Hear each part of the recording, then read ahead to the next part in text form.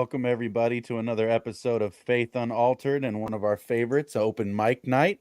Welcome, everybody, in the live chat. If you're here, sound off and let us know who you are.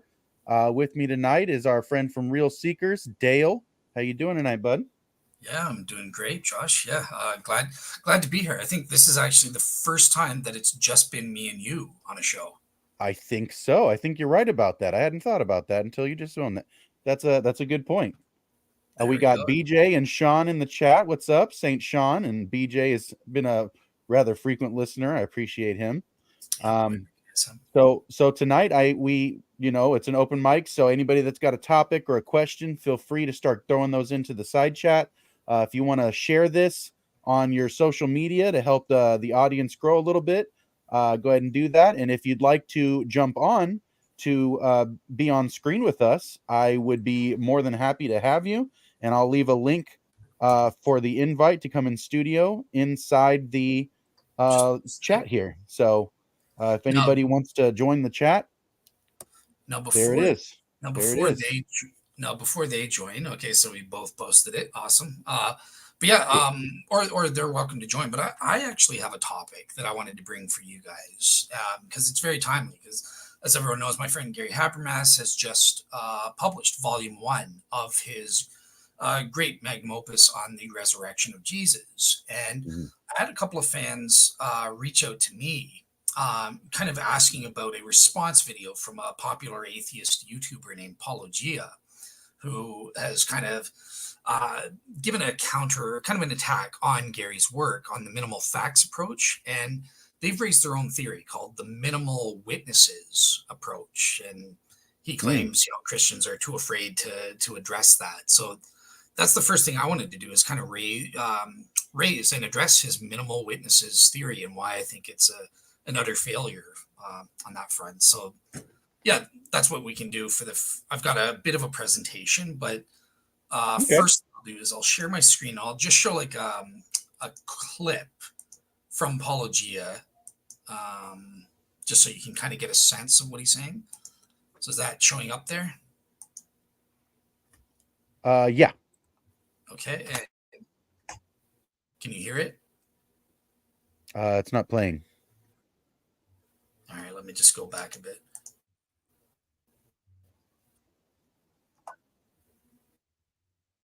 Is that showing up? No, it's lagging. I can't hear it. Okay, hang on. Let me share again. I see BJ in the chat said he wants to try to come on tonight, but he doesn't know if his mic will work. You can hop on with a cell phone if you want to, bud. We're not picky. Okay, so hopefully you guys will be able to hear the video. If you can't, just let me know and I'll pause it. My objections to Gary and Gary's objections back to me. I'm going to use the exact phrasing from Gary. You can hear it? Yeah, we can hear that. You can hear it? Anybody in the side chat, let us know if the volume needs to go up or down if you can.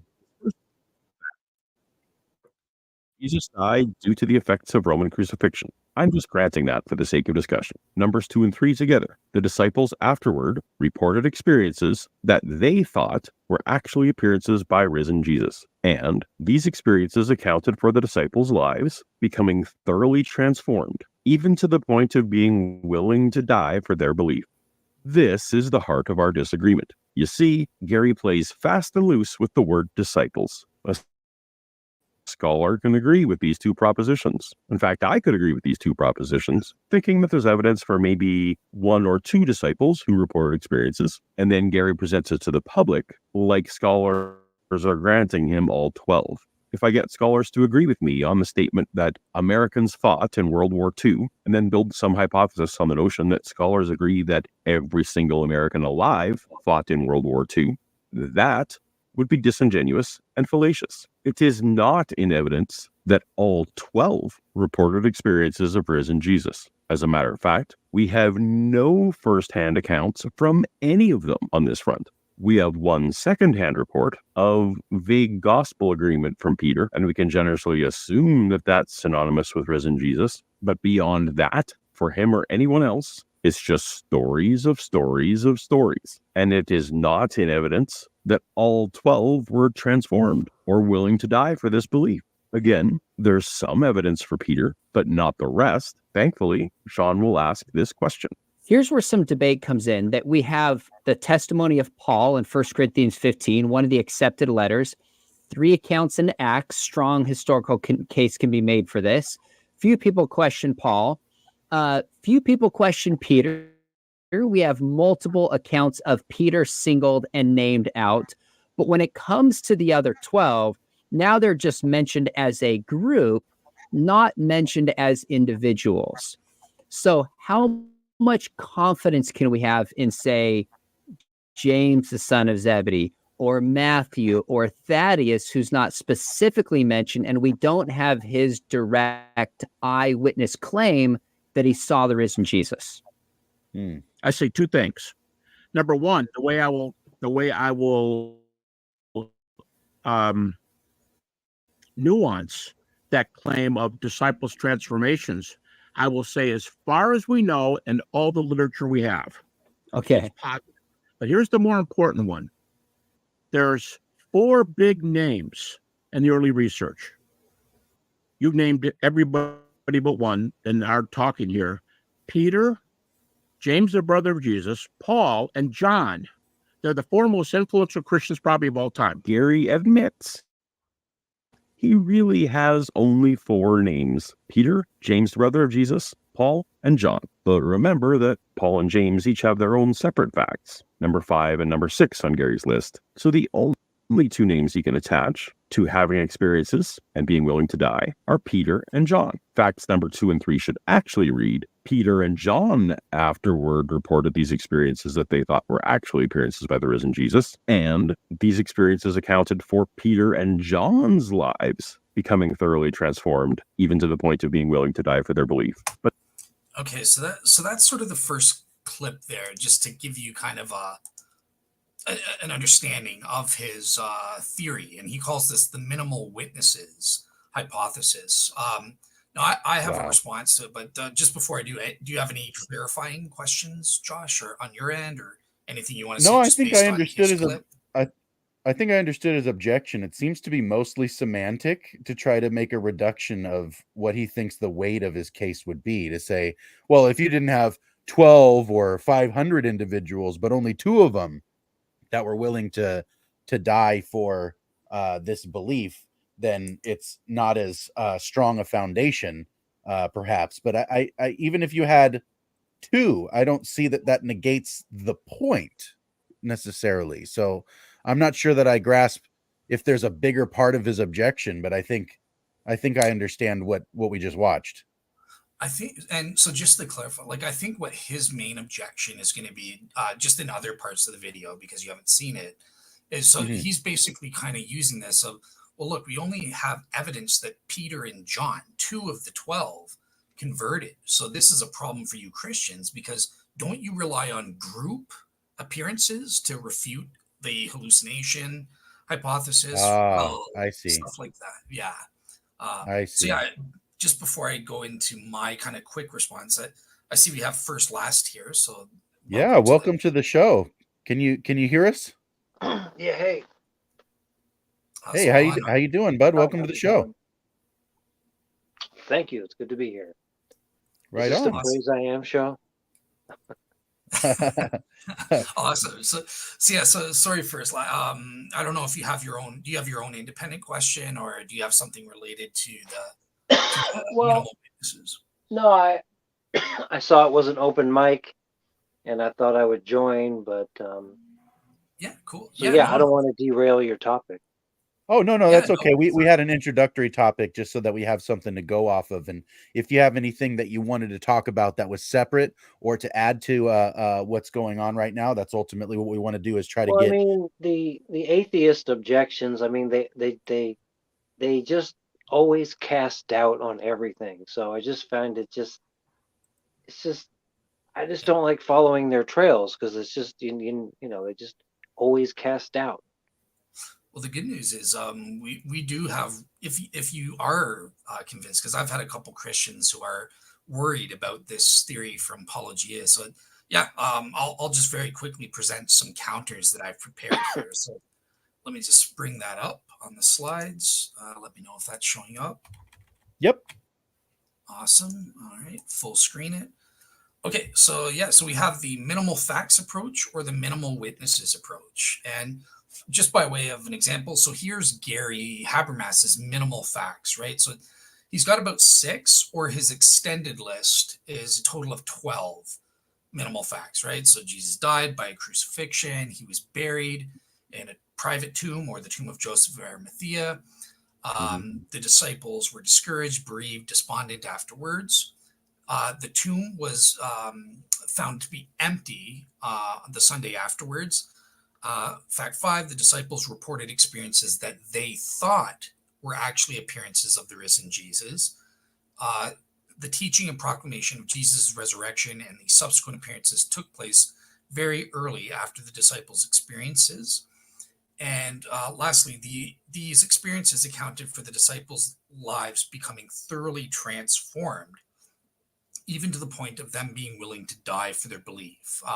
There are other facts there, but I think those are ones that are mostly relevant for what Apologia is coming up with his list of facts and his theory, right? So Apologia, just to summarize, he admits, look, Jesus died by Roman crucifixion. I don't have a problem with that fact. But I am definitely disputing your next facts, because what happened, Jesus' disciples were despondent, and after the crucifixion, they all disappeared totally, and they're gone from human history, never to be heard from again, with one exception, the Apostle Peter. He had an experience which he says is kind of akin to a grief hallucination, and he interpreted that, or thought that was the risen Jesus.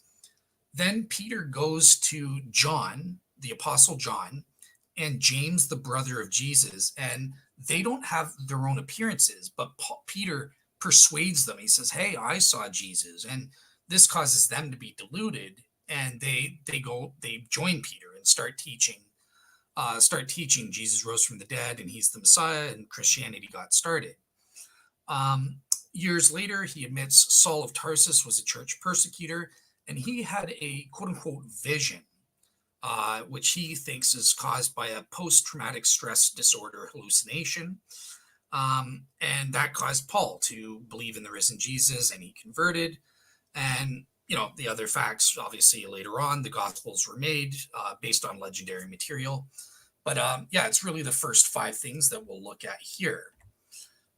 So my way of assessing the minimal witnesses, in the first place, his theory, even if taken at face value, and I grant everything, he can't explain the empty tomb. So he has to deny that as a historical fact. And the problem is we have good evidence for the empty tomb.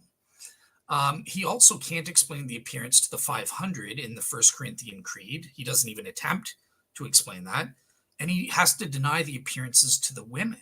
But these are facts that are well attested. And they are even attested to by the skeptical or liberal scholars that Apologia relies on, such as Dale Allison or Bart Ehrman. Even Bart Ehrman will admit that at least Mary Magdalene had an appearance of the risen Jesus. So, these are problematic elements. His theory can't even, in principle, explain these historically proven facts. In terms of the 2 skeptics, Paul and James, so he does give a full account of Paul. I do have some issues with him calling it a vision versus an appearance, because Paul is clear. The early church knows a distinction and difference between a resurrection appearance, which makes you an apostle and which were limited in time and stopped, versus visions, which any Christian could have at any time in subsequent history. So there is a distinction there. And on James, the brother of the Lord, he basically kind of gives a couple of objections to James, the brother of the Lord.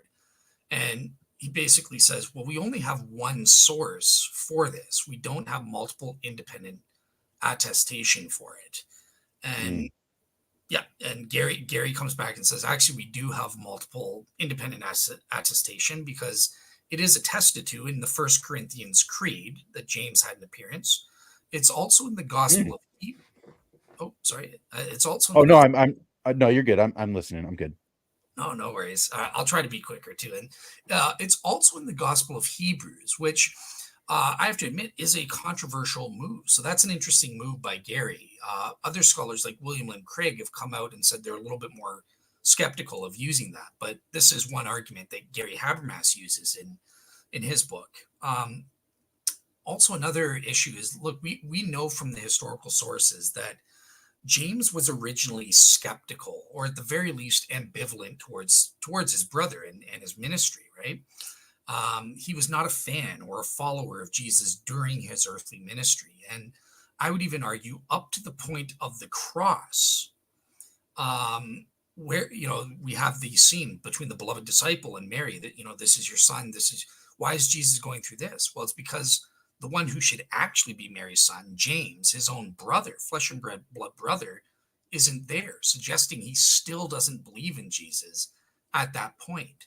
And it's because of that, and the fact that 1 Corinthians tells us that James had a resurrection appearance, that most scholars will say, well, most likely the reason James converted after Jesus' death, it's not what Apologia says, that Peter was some master speaker and persuaded him that he really rose from the dead. Do you honestly think that James would be convinced when he witnesses miracles of Jesus and he still doesn't believe? He's not going to take some rustic fisherman's word for it. I think Right. most likely. Oh, go ahead. No, I was just agreeing with you. I was saying that sounds right. I don't know that Peter would be a professional orator or some sort of salesman extraordinaire. It seems like that's a special kind of Special pleading right there. Yeah, yeah. exactly. And it's funny because at the 14-minute mark in Apologia's thing, to save time, I won't play it, but he makes this big deal about this where Gary Habermas says, well, what was the reason James converted? Well, most likely because he had a resurrection appearance. That was the cause. And Apologia, most likely, like he makes this big deal that's so ridiculous to make that conclusion when all we know is that James converted. It doesn't say, well, James converted because he had a resurrection appearance. But come on, put two and two together. He didn't believe in Jesus all the way up until his death. And we know for a fact he converts after his death. We know for a fact he had a resurrection appearance. What on earth would it have been that would have changed his mind? Well, it's probably he had a resurrection appearance, right? He wasn't persuaded by Peter the preacher or something like that. So, Right. yeah. Anything to say on that part before I move on? Or No, it seems pretty straightforward. I think he's working on. I mean, I think he'd probably say the same thing about us, but it seems like he's basing this whole thing on a series of assumptions that he needs to make, let's say, rhetorically, compelling in some way. It's like, well, it might be, and you point out certain terms or phrases or something like that and kind of capitalize on it. Yeah. It just seems kind of cheap. Yeah, exactly. Yeah, just because the Bible doesn't explicitly spell everything out. Well, James became a Christian after Jesus' death because he had a resurrection appearance. It doesn't have to be spelled out. You can put two and two together, right? I mean, he wasn't convinced by just preaching or even regular old miracles. It would take something very dramatic like a resurrection appearance to convince him. Okay, so then we have this other fascinating claim, the minimal witnesses, right? According to him, and he's quoting Gary, we can only prove that 2 out of the 12, specifically Peter and John, were converted, right? Because James and Paul, they weren't members of the original 12. And with John, he was like James. He didn't have his own resurrection appearance. He was just persuaded by Peter. So really, Peter, we're just relying on one individual who had a resurrection appearance, and we can just dismiss that as a hallucination. I think this is totally ridiculous. In the first place, this theory directly contradicts the Gospel of John and its resurrection appearances, which does narrate that John himself had a resurrection appearance. He saw the risen Jesus with his own eyes. And there are very sound scholarly reasons for favoring that the Gospel of John was written by the Apostle John as an eyewitness. So that's the first response that Apologia just dismisses over in his 20-minute video here, as though it's not out there in the scholarship. Also, think about it for a second. John was known as a stubborn and fiercely opinionated individual, right? Zebedee, son of thunder. Does this sound like someone who would just be meek and mild and just mindlessly follow whatever Peter says to do? Or would he have his own opinion? So that's another thing to think about there, right? And thirdly, most importantly, this is just total BS, because we can actually prove minimally 3 people, because don't forget, we have Acts of the Apostles talking about James, the son of Zebedee, not James, the brother of the Lord, but the brother of John here. And we know for a fact he didn't disappear in history, because here he is in Acts chapter 12 being killed by King Herod in about 42 to 44 AD. In fact, he was known as the first apostolic martyr in Christian history. So actually we can explicitly prove at least 3.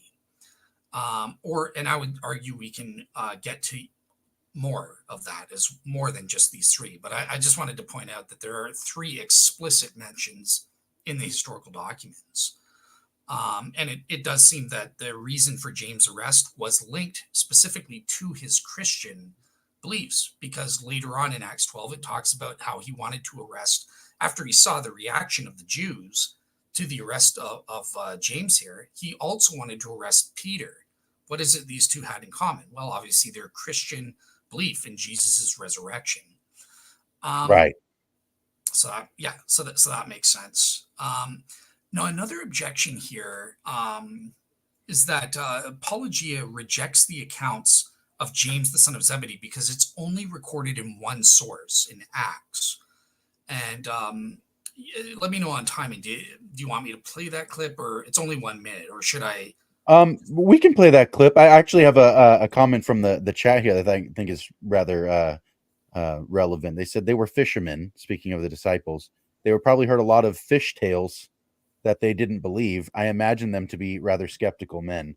I think that's probably a good thing to point out, as we understand that people had a habit, or have a habit even now, of being, let's say, exaggerative or making up things and things like that. But I think this kind of falls back into the same objection that anyone would make to something like what Apology is saying here is, yeah, but you wouldn't die for something you knew that you were making up. Yeah, and one thing I should clarify, because Gary Habermas's minimal facts are more nuanced. He's not even arguing necessarily that we can prove the disciples did in fact die in all cases, but that they were willing to suffer and die for their beliefs. Right. Fair enough. Yeah. So it's even more nuanced. In this case, in James' case, we can prove he actually did die for his beliefs and stuff. But so the one of the other objections that he gives, and I won't play the clip just to save time, but he basically says, but this evidence for James just comes from Acts. That's one source. And he plays a clip out of context of Sean McDowell saying, oh, well, if it's only in one source, we don't have multiple independent attestation, then we should be more skeptical or something like that. It's down one notch in terms of how much we believe. And Apologia takes this out of context to be saying, well, you see, if we only have one source, we should disbelieve it. It's not a historical fact. And I just want to say that's ridiculous. That's a misunderstanding of how the historical criteria of authenticity work. Look, these criteria are guidelines or indicators of truth. And the more indicators you have of truth, the more likely that fact is to be true. But it doesn't work in reverse. It's not like the lack of the fulfillment of one of these criteria proves that it's not true. The criteria don't work that way in reverse, right? Like, for example, the criterion of embarrassment. This is what we use to say that the women appearance is probably true, because it's embarrassing to have women as the first eyewitnesses to the most important event in human history, at least back in antiquity, because they were sexist, right? But it's not like, oh, well, if something's not embarrassing, that means it's false. It doesn't work that way. So Apology is playing a little footloose with how the historical criteria of authenticity are supposed to work. Interesting. Does that make sense? Yeah. Well, and I know about the, let's say, including embarrassing testimony, and that being something that adds to the trustworthiness or validity of something, because that's something that they even use, let's say, in modern courtrooms or evidence for a testimony for somebody who's making a police report or something, is that addition of an embarrassing testimony makes it more likely that they're telling the truth. Because why would you add that? It's kind of by definition discrediting, or as it's called, embarrassing or something. So there doesn't really seem, especially if you're going to say these guys were making up a legend and it was some grand game of telephone, why would that, of all the things, be crystallized as a permanent feature? It just doesn't make any sense. Yeah, exactly. And the point that I'm making here is that even the lack of fulfillment of, say, any criterion of authenticity. So let's say I tell you something, Josh, like I tell you, hey, I graduated with my master's in philosophy. That's not embarrassing to me at all. In fact, I'm proud of it. I'm proud. That was hard. That was a lot of work, and I'm proud that I earned that. But that doesn't mean that, well, it's not embarrassing, therefore it must be false that you have a master's. The criteria don't work in reverse. And that's what he's trying to do here, is he's saying, well, if you only have one source, you don't have multiple sources, then it must be false. No, historians conclude that things are true based on one source all the time. All it means is we can rely on other criteria to authenticate certain facts in that single source. But it's not like, oh, well, because it's only found in one source, that means the information in there is actually false. I hope that makes sense. But yeah, that's my point there. You can't use it in reverse, and Apology is doing that. There's one question in the chat that I think is probably relevant to what you're talking about right now, so I'll bring it up real quick. Sure. Brian here says, didn't Saint Jerome believe that Saint James, the brother of the Lord, is the same as Saint James, son of Alphaeus, and the apostle known as James the Less? I don't know. Yeah, I think so. I don't know off the top of my head about Jerome and stuff, but I do know that there are differences in the lists of the 12 and that sort of thing, but they are the same people. So what I would recommend is, because I don't have it available to me right now, but Richard Bauckham, he has an entire chapter in his book on Jesus and the Eyewitnesses where he goes into exquisite detail on all of the lists of the names of the 12 disciples and how we reconcile any differences and how we make sense of that. So yeah, that's the best I can do on the spot with that, but hopefully that'll help. Yeah. Okay. So basically what I've given you guys so far is, okay, we can prove that at least 3 of the 12, but how do we go to all of the 12? Or in my case, when I was arguing for the resurrection, my argument, I didn't have to prove that all of the 12 disciples had resurrection appearances. It was sufficient so long as I could say that most of them, 6 out of the 11, because remember, the Judas is dead. So 6 out of the 11, if I could prove 6 out of the 11 had a resurrection appearance, that was sufficient for my argument. So I didn't necessarily even have to prove that all of them did it. But if we do want to prove that a majority and or all of the 12 did in fact have resurrection appearances, obviously we can get into information such as, well, what were the criteria for being an apostle in the first place? Whether you were a member of the 12 or not, you had to have a resurrection appearance.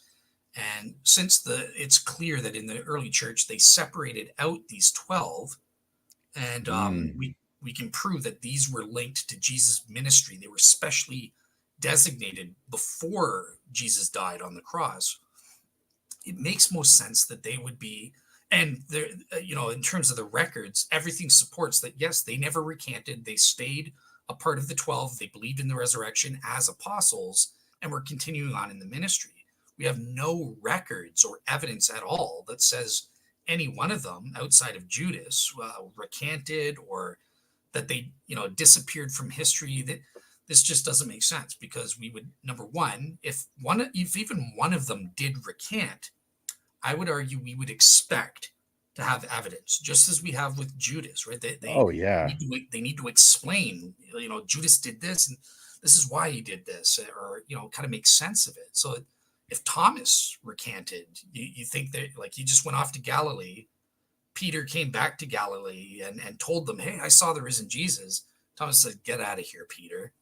That would be preserved. We would expect that to be preserved and explained away in some way as to why one, or in the case of Apologia, he's saying all of the members of the 12, with the exception of Peter and John, just renounced Jesus after his death. That would have been preserved. We would expect some historical evidence in some form to account. Especially by the people who are the enemy of Christ at this point. You would think that they would really want to capitalize on that and say, look, your own people have jumped ship. Like, why are you still doing this? Don't you see, like, you're on the losing end of the stick here? I feel like that would have been something really quickly capitalized on. Exactly. And Apologia, he relies on this like historically implausible notion that the disciples, they disperse. They just quote unquote disappeared from history. I'm sorry, that doesn't work. People don't disappear like magicians in real life. They would have went back to Galilee. They would have been known as disciples of Jesus. Peter would have went back to find them and tell them his message and stuff. They don't just disappear like a magician. So it would have been impossible to hide the fact that these guys recanted Jesus and never supported Peter in his resurrection preaching, or John in his resurrection preaching. So that's just historically implausible. This notion that, well, all of the other members of the 12 just disappeared as though they snapped their fingers and ended up in the United States or something like that. That can't be true, right? And then my final little critique here is based on a scientific, or more specifically, sociological or psychological standpoint, right? Okay. And it comes from the fact that, okay, so let's just take Pelagius' theory, right? So Peter had a grief hallucination, and in terms of convincing John and the other apostles, it was all based on him just reasoning with these people. Nobody else had their own appearance. Now, what was the nature of the claimed resurrection appearances that Peter supposedly had? Well, it was totally countercultural. It was against expectations. And we know scientifically and medically that typically 9 times out of 10, hallucinations have to be consistent with our prior background knowledge and experience and cultural expectations, our sociological expectations and that sort of thing. Very, very rarely do we ever experience something that's counter to that, although there are some rare cases. However, when you add in the social dynamics, so people like skeptics like Pelagia, they love to play this social contagion thing against Christians, right? They'll say, oh, well, Peter had this appearance and we have mass hysteria. So he managed to convince them and they all had he caused them to have their own hallucinations, like the Salem witch trial. And they use the social contagion aspect against Christians. And we can provide a response. I'm going to play a clip from Dr. Joseph Bergeron, a medical expert, countering that. But Pelagia's theory is different. And I think there's a different critique here because he's saying, no, only Peter had a hallucination. And then he told the others about his hallucination. Well, scientifically and medically, we know that if that were the case, then what would happen is Peter would lose his belief in the countercultural resurrection. When people hallucinate as an individual and they tell people in a social setting where there's a strong social connection and respect for the other person, and in this case, he's being ganged up on by everyone else saying, well, I never saw Jesus. So Peter's coming saying, hey, I saw Jesus. He rose individually before the end of the world, unlike our Jewish beliefs. And he rose and he was in a mundane form. He didn't rise gloriously. He wasn't shining like an angel or dressed in all white or something like that. That's what the Jews expected the resurrection body appearance to be like. But no, he just appeared like you or me, right in front of my eyes. It was mundane. If Peter presented these countercultural or counter expectation views based on his hallucination to the other apostles, they would talk him out of it and say, Peter, you're an idiot. This isn't true. That's BS. Look, the Bible tells us he's got to raise gloriously, the Son of Man in the clouds of heaven. He'll be glorious. And he's not going to rise by himself. Everyone will rise at the end of the world. And scientifically, we know that people that hallucinate as individuals and receive social pressure always back down. They always come and say, yeah, you're right. I was dreaming. I don't know what I was talking about. But if apologia is right, no, Peter was the one person in human history is, no, I'm sticking to it. And in fact, I'm convincing you guys. Look, I got John and James and Paul, they're all joining my side now, kind of thing. That's just counter to what the medical evidence says in situations like what apologia is speculating here. And yeah, I think that's kind of my main point. And like I said, I have a video with Joseph Bergeron where he attacks the other end, where he's talking about mass hallucinations. Those are just medically impossible. They don't happen, and there are issues with that. I'll leave it up to Josh if he wants me to play that clip later on. But before I go, the last slide, just a little bit of salesmanship for my friend Gary Habermas. And his new book is available on Amazon, Volume 1, On the Resurrection, Volume 1, Evidences. It's about 1,400 pages worth of great content. So, yeah, if you can afford it, please support him and see what the evidence says. Don't go to people like Apologia and watch a 20-minute video clip and think that you can refute the resurrection. It doesn't work that way. Sorry, skeptics. But yeah, that's my case. So thanks for listening. Right on. That was awesome, man. Thank you for that. I appreciate it. That was worries. actually I haven't listened to, or let's say bothered with, anything from Apologia in probably a year and a half or something. So I'm not even sure what train he's on right now. But if he's coming back to objecting to resurrection claims, I have a feeling that I think at this point he's probably, I don't want to be uncharitable, but I feel like he's probably just tugging along a trend so that he can continue having the notoriety of his channel, because it doesn't seem like he's gone anywhere. Yeah, he's kind of just capitalizing in this case, capitalizing on Gary's hard work for 14 years, working 70 hours a week. He's put in extensive research into this 4-volume magnum opus, right? And so he admits in the video he hasn't even read it yet, but he's already making videos critiquing it and stuff like that. So I think you should read it first, at least read it first, so you can say I have an informed understanding of why he's wrong and everything about, that goes into what Gary's saying, because it's easy to take a 1-minute clip and just use that to critique someone. Right. And I mean, it's not like like clip mining is a new thing either. Like people have been doing this for quite some time, but it seems to really work. Like, kudos for him for knowing how to play the YouTube algorithm game. But yeah, I can't say I'm impressed. Yeah, I'm not. I'll pull a Matt Dillahunty. I'm not convinced. There you go. Out of curiosity, what is your take on his main objection is just trying to say, like, look, you don't have direct proof that all 12 had an appearance necessarily. Maybe it was 7 or 8 or something. Like, what's your take on that main hypothesis of his? I mean, in general, if I'm looking at it as far as like consistency, or if let's say I'm pretending the courtroom scenario, I need to find the validity or reliability of a witness testimony.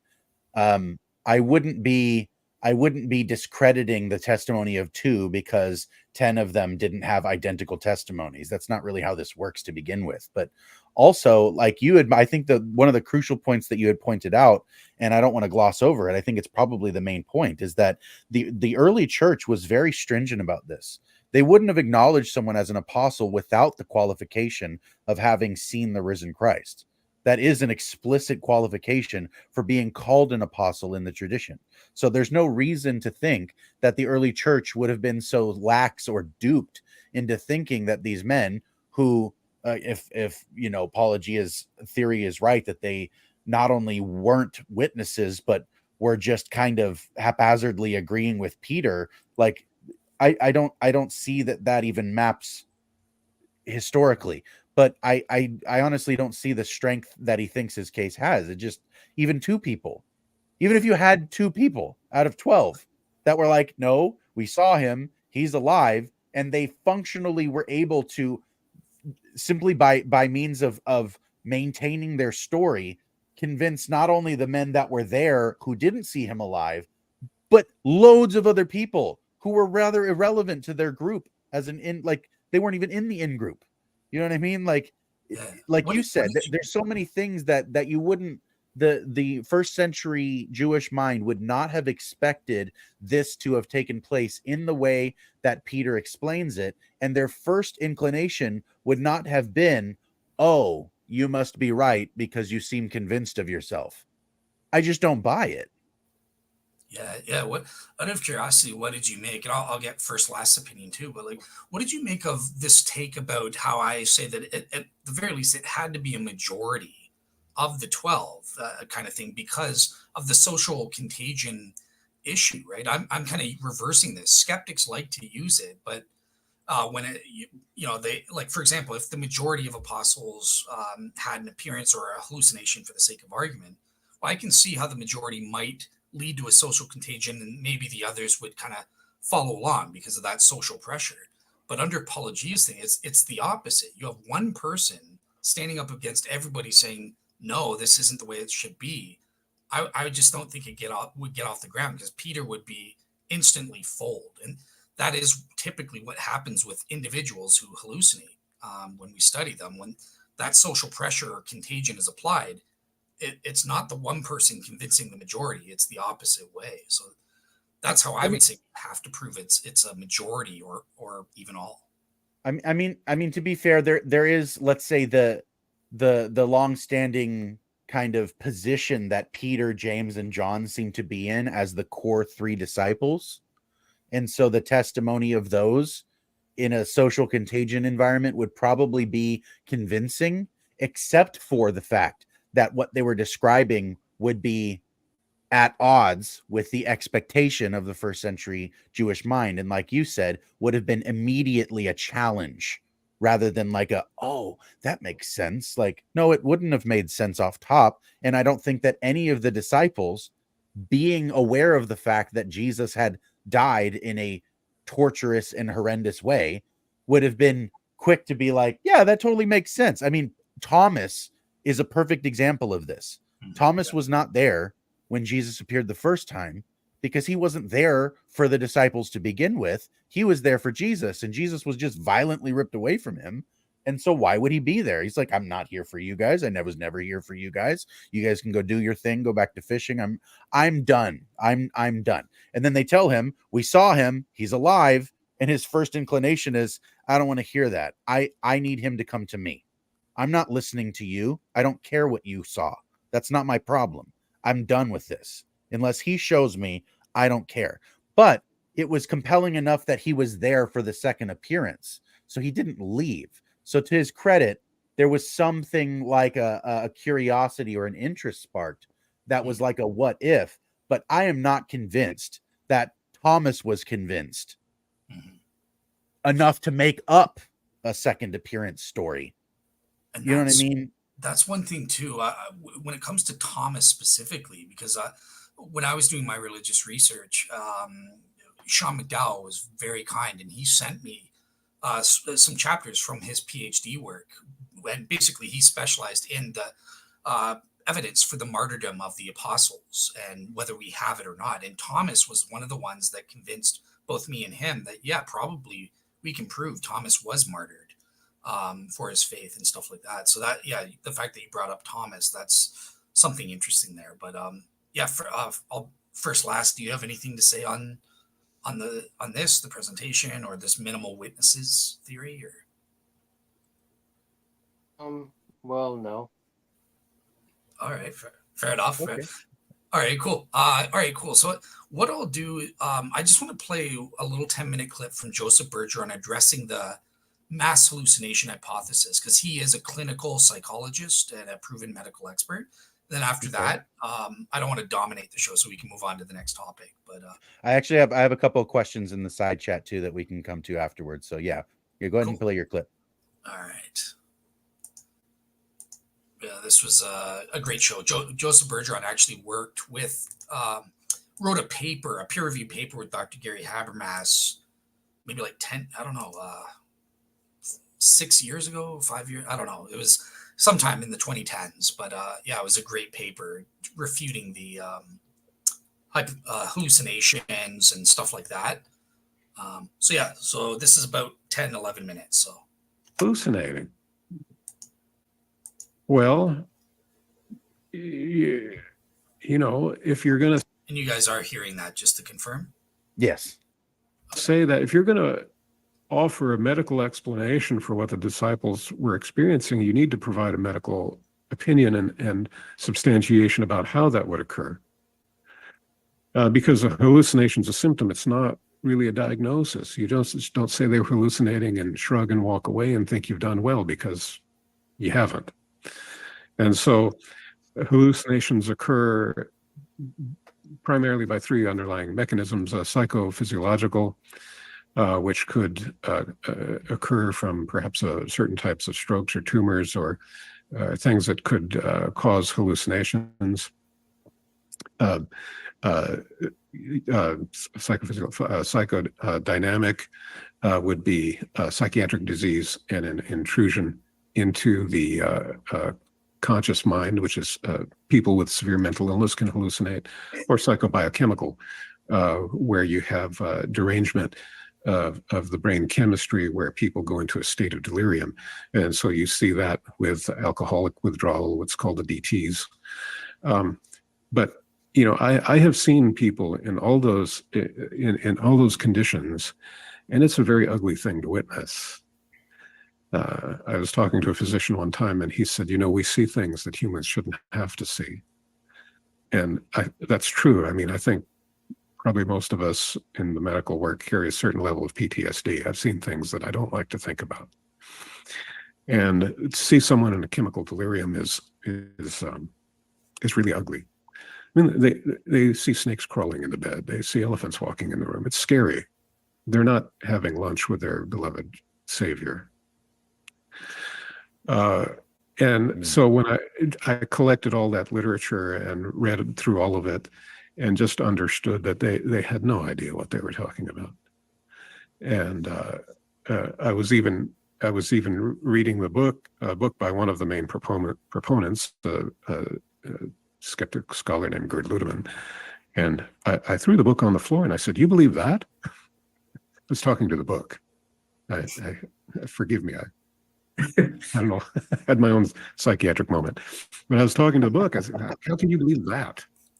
You know, that it's just clear that they had no idea what they were talking about. And so, you know,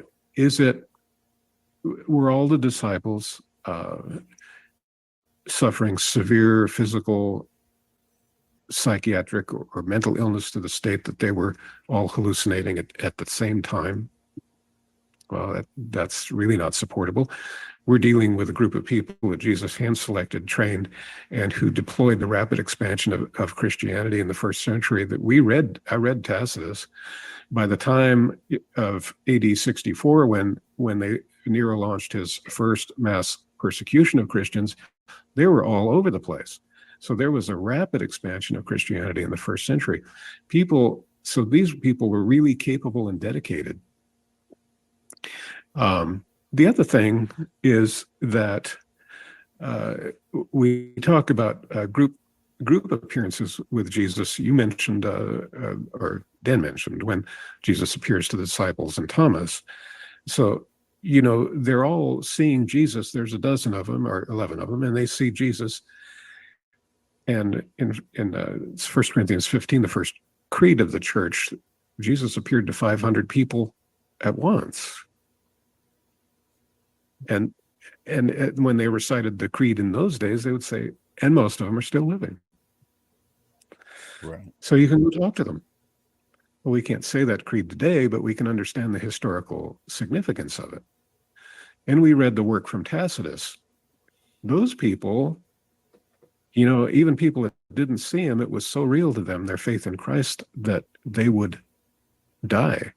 They would accept being burned on the stake or crucified or whatever manner of torture, rather than to say it didn't happen. So the group experiences with Jesus there is no psychiatric explanation for that. So that's just outside the bounds of any kind of psychiatric phenomena. Now, there are times where groups of people can experience what you would call hallucinatory sorts of phenomena. But those kind of things are rare, and they occur in a sense where there is a group sense of excitement and expectation. And they're never identical from person to person, because they couldn't be, because any kind of hallucinatory occurrence is in the only and exclusively in the milieu of the person's brain. Again, when we're talking about hallucination, I should give a definition. It's an experience that is considered real by the conscious mind, for which there is no external stimulus of any of the five senses. So the hallucination, is real, but there's no physical basis for it. It's in the milieu of the person's brain. So in groups of people that experience that, it's never the same from individual to individual. With the disciples, that group dynamic was not present. They were in hiding and the door was locked, and Jesus walked through the wall. They thought they were next, right? So they were forlorn, they were in hiding. They did not go to the grave on Easter Sunday morning. The women went there to complete the embalming process, but nobody else went. There was no Easter sunrise service that day. So, what? Oh, sorry. Is it okay if I just kind of ask you a question that's related to what you're saying here? So, yeah. So, granted, with collective hallucinations, they don't happen in the sense that no one's having identical hallucinations, kind of thing. But they can have similar hallucinations through, like, explaining to people, like, oh, I saw Jesus or something. Could some kind of social contagion like that, if somebody said, I saw Jesus or something, could that create the expectation where they would have similar enough hallucinations? Or what's your take on something like that? I don't know. That kind of ventures into a speculative sort of discussion. I think similarity does not equate to sameness. Yeah. Fair enough. All right, cool. So continue on. I didn't want to interrupt. I just wanted to get your take on something like that. No, carry on. I'm not sure. I think I was kind of done with that. Okay, so I think you kind of get the point, but there are many issues with positing group hallucinations of any sort and that sort of thing. And I'll just say, like, in terms of my own argument with that social contagion thing, where I'm using that issue, the social dynamics, against the skeptic here, this isn't just my opinion or something that I made up the argument, I guess, but I've confirmed this with probably one of the most world's experts in hallucinations, Dr. Andre Aleximan and Frank Leroy. They wrote a book together on hallucinations. These are not Christians; they're secular experts. I learned about them through Gary and Mike Lacona, and I reached out to Aleximan myself back in the day years ago, and I can get the email exchange if he would allow it, but.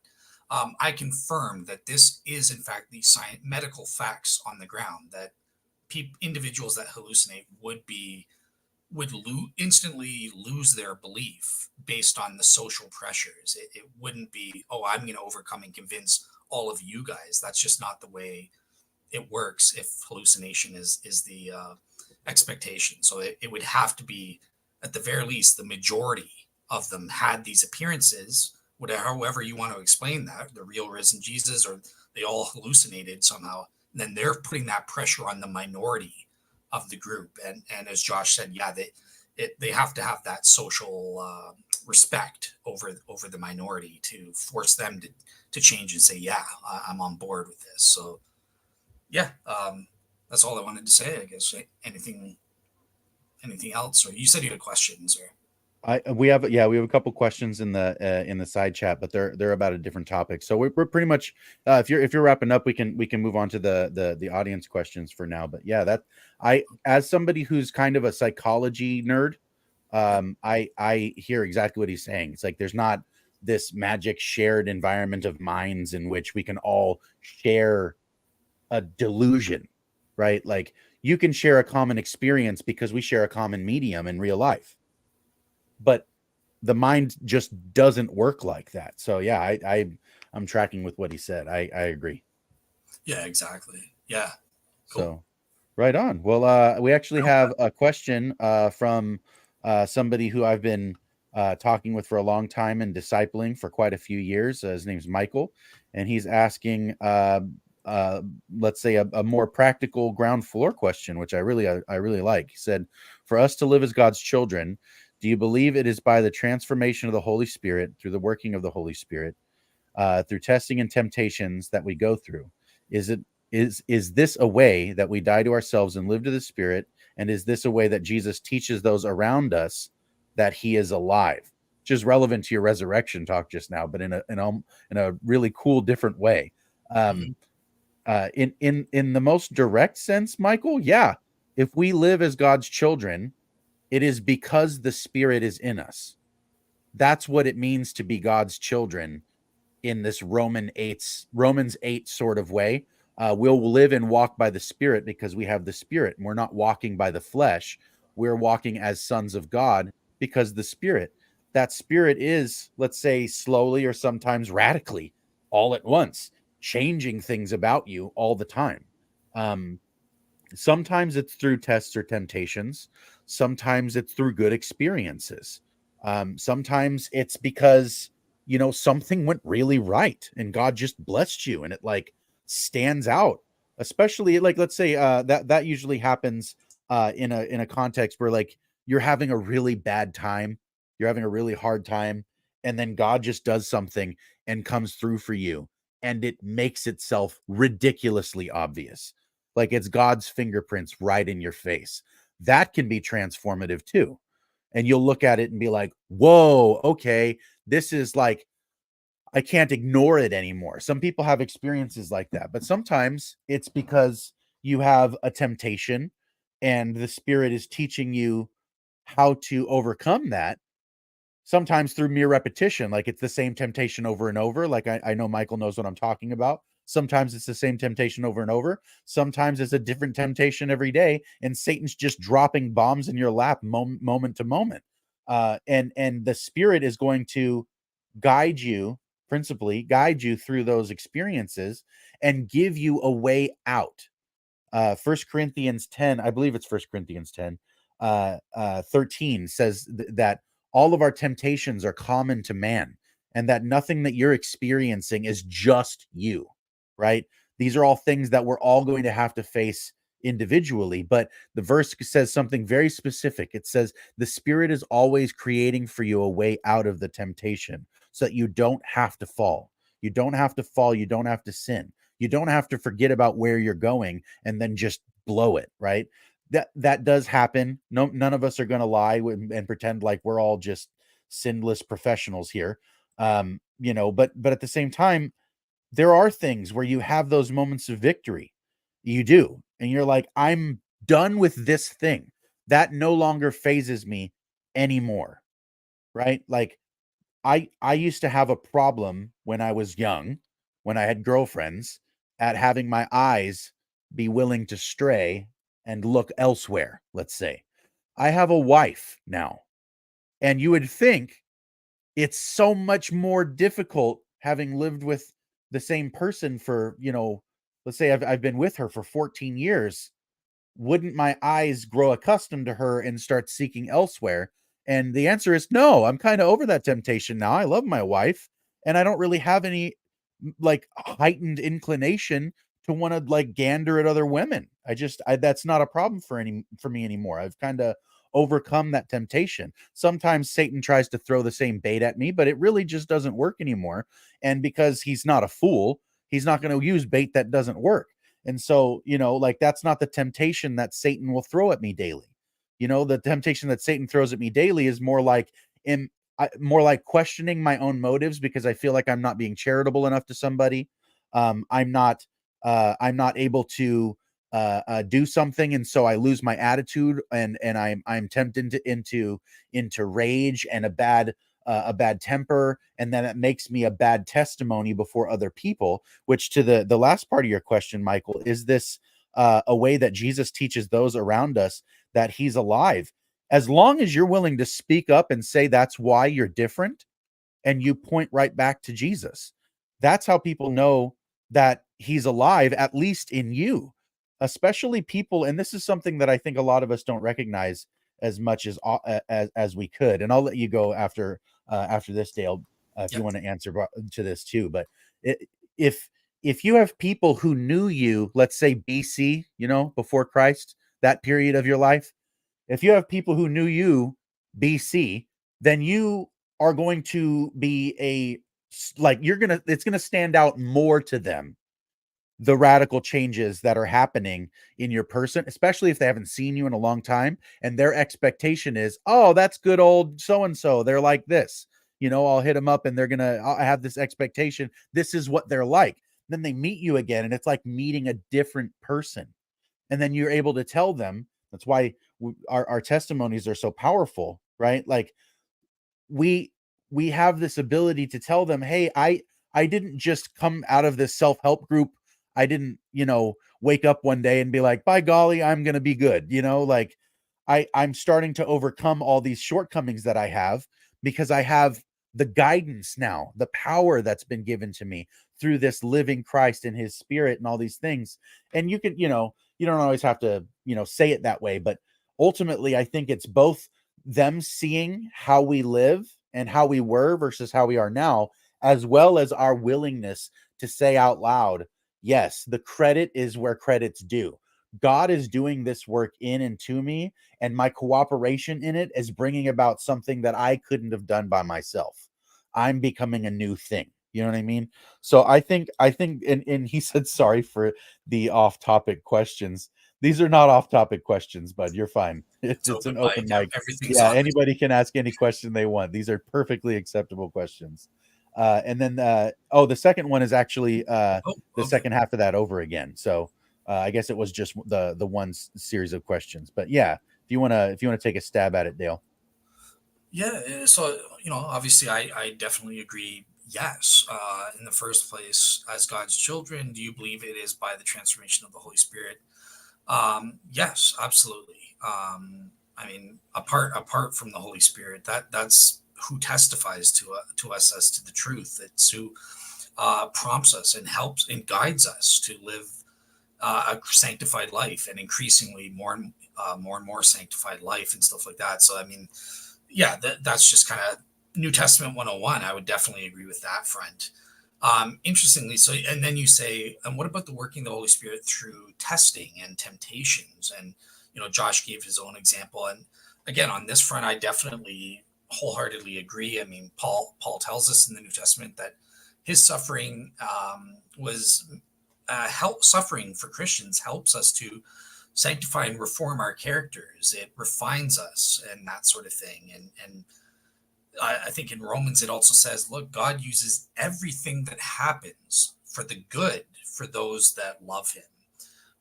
Now, some people are tested and tempted in different ways than others. So it's not saying like, oh, well, one size fits all. I've never been tested in the sense of being whipped like Paul has or something like that. But I've faced temptations and tests of different kinds that were appropriate for me. And God promises us as Christians that we will never be tempted beyond our means as individuals to resist that sin and stuff like that. So, yeah, I think I'm fully in line with what Josh was saying and that sort of thing. And one thing I would say is okay, well, the fact that we go through tests and temptations is this proof of the working of the Holy Spirit? And I would say yes. So interestingly, believe it or not, because of the way our society is kind of treating Christians and stuff like that these days, I can kind of see a resurgence of some level of persecution coming back. My brother, who's not a believer, has noticed this, and this has really attracted him to Christians, the way they deal with that kind of growing persecution that we're facing. Again, we're not being lit up like candles in the Roman Empire, but we are facing persecution. He's noticed that difference with how Christians are, and that has attracted him to Christianity. So he's actually looking a lot more seriously into it, which has gotten me very happy and stuff like that. So that's awesome, man. Yeah. And there was one other question he asked. I can't remember. It was, does Jesus use the appearance within our lives, like the appearance of our lives, to show others around us that he's alive and active? Okay. Yeah. There was something else in the first comment. Oh, here. Because that's, is this a way that we die to ourselves and live to the Spirit? And is this a way? So yes, this is, through being tested in temptation, this is definitely a way. Perhaps not the only way, but it is a way, definitely, that we die to ourselves. Look, we accept. Sometimes we go in knowingly that, well, shoot, I'm gonna bite the bullet on this one. I'm gonna suffer a little bit for standing up for Christ and stuff. But look, we die to ourselves. I'm not gonna regard that kind of temporary pain or whatever it is. I'm gonna do what I know is right for Jesus, because I'm a part of him and I want to advance the cause of Christ. So absolutely. Yeah. The answer is yes to everything here. Right First on. class, did you have anything, or? No, I'm okay for now. Okay. Out of curiosity, since you are here, is there anything that you wanted to talk about, just so we're not, making you stay here and stuff like that for nothing, but is there anything topics that were important to you? Yeah, sure. Can you explain the Trinity? Ooh, that's a fun one. All right. Oh man, I wish And just Dane out of was here. curiosity, what's your perspective in a nutshell, if you don't mind me? Are you like a Unitarian or first class? Well, no, I feel that the God is a spirit, and that same spirit was born in flesh. So, God, I mean, during the time when Christ was on earth, you got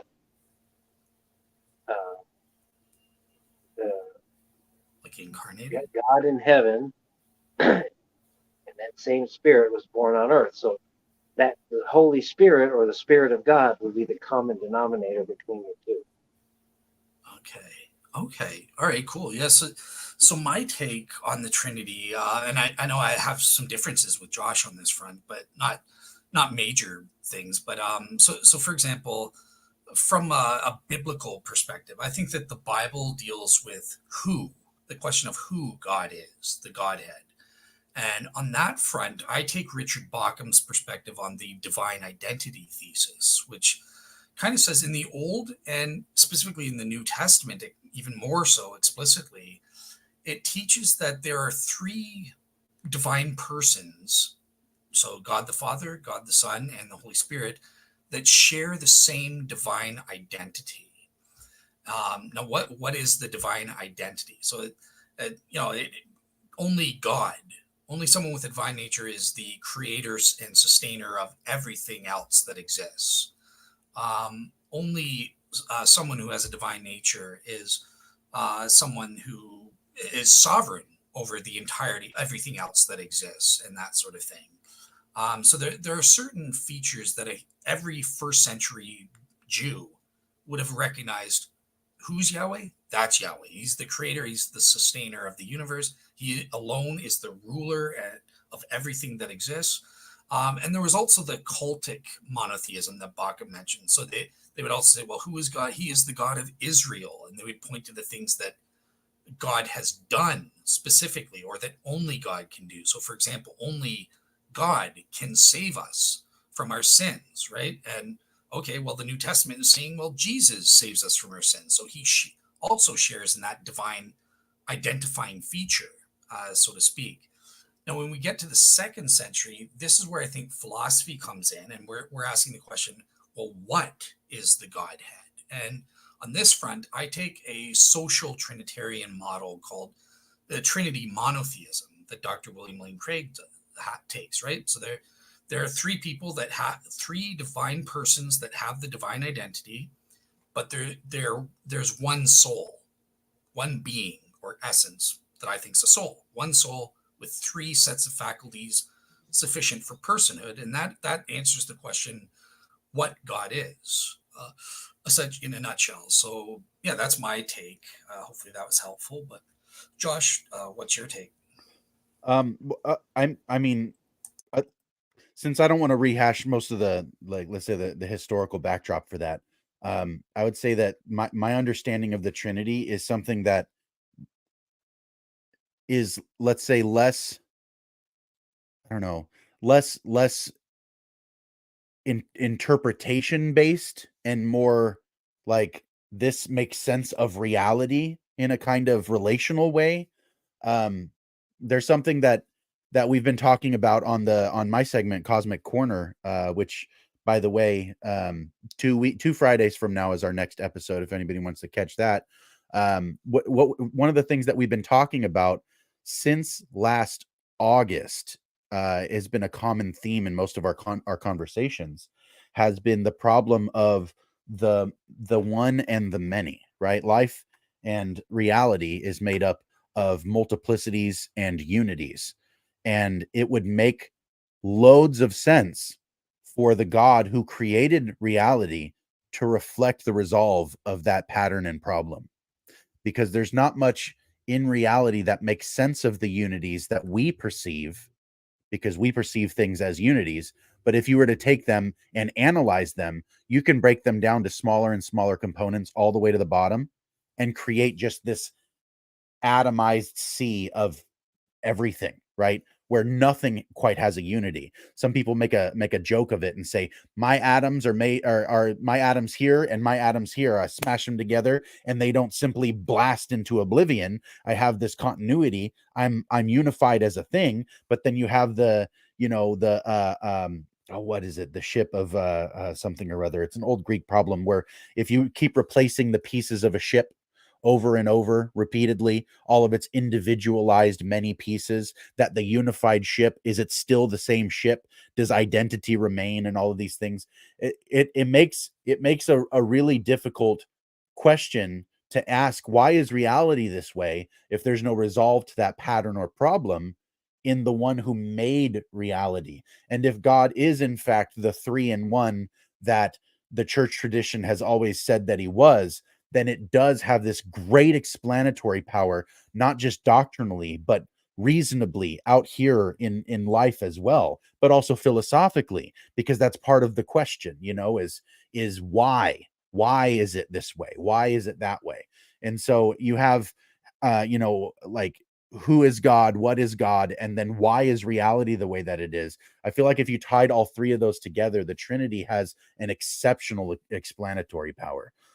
So as far as like what the Trinity is or how to explain it, I'd have to get like a more particularized, like, it's such a vague, like, it's a really big topic to try to kind of narrow down and say, what is it? Why is it? Like, but as far as why, Theseus, thank you, BJ. It was the ship of Theseus is the identity problem I was talking about. But as for what the Trinity is, in its simplest thing, it's the whole of God understood by the parts of God. And what I mean by parts are not like, like individualized pieces that you could break apart from one another. Like Dale said, they share an essence, they share a unified being. They are one whole, right? But they're not separate from one another, but they're distinct from one another. And we see this distinction of personhood laid out pretty well in scripture, but explicitly in the early church. And so this is not, it's not something that is easily explained, because God is obviously holy and divinely unlike anything that he's created. And yet we see shadows of his reality in creation. Romans 1 says that he's made himself evident sufficiently to us to understand and know his divine attributes. And if I'm to take the one and the many problem seriously, which seems to be a problem that affects literally everything that exists, then it would make sense to me that God also is a one and many with that resolve for that pattern, if that makes sense. Was that helpful? Yeah, parts of that was pretty good. Just ask one more other question. Okay. What do you think it means, the capital W word? What do you think that's referring to? Capital W word? Can you give me an example? What do you mean? Well, the word in John, let's say John in Like the logos. Okay. My bad. Okay. Oh, you're talking about in scripture when the word word is capitalized. Right. Okay, usually that's in reference to what we call the logos, which is, if you can think about it, it would be a personified version of the understanding of God. If that it's hard to kind of explain. I don't want to like oversimplify logos, but the word, like let's say John 1 is probably what you have in mind, I'm sure. John chapter 1 makes explicit that the word being referenced is Christ, and that it was with God and that it was God. And so it participates in the identity of God, right?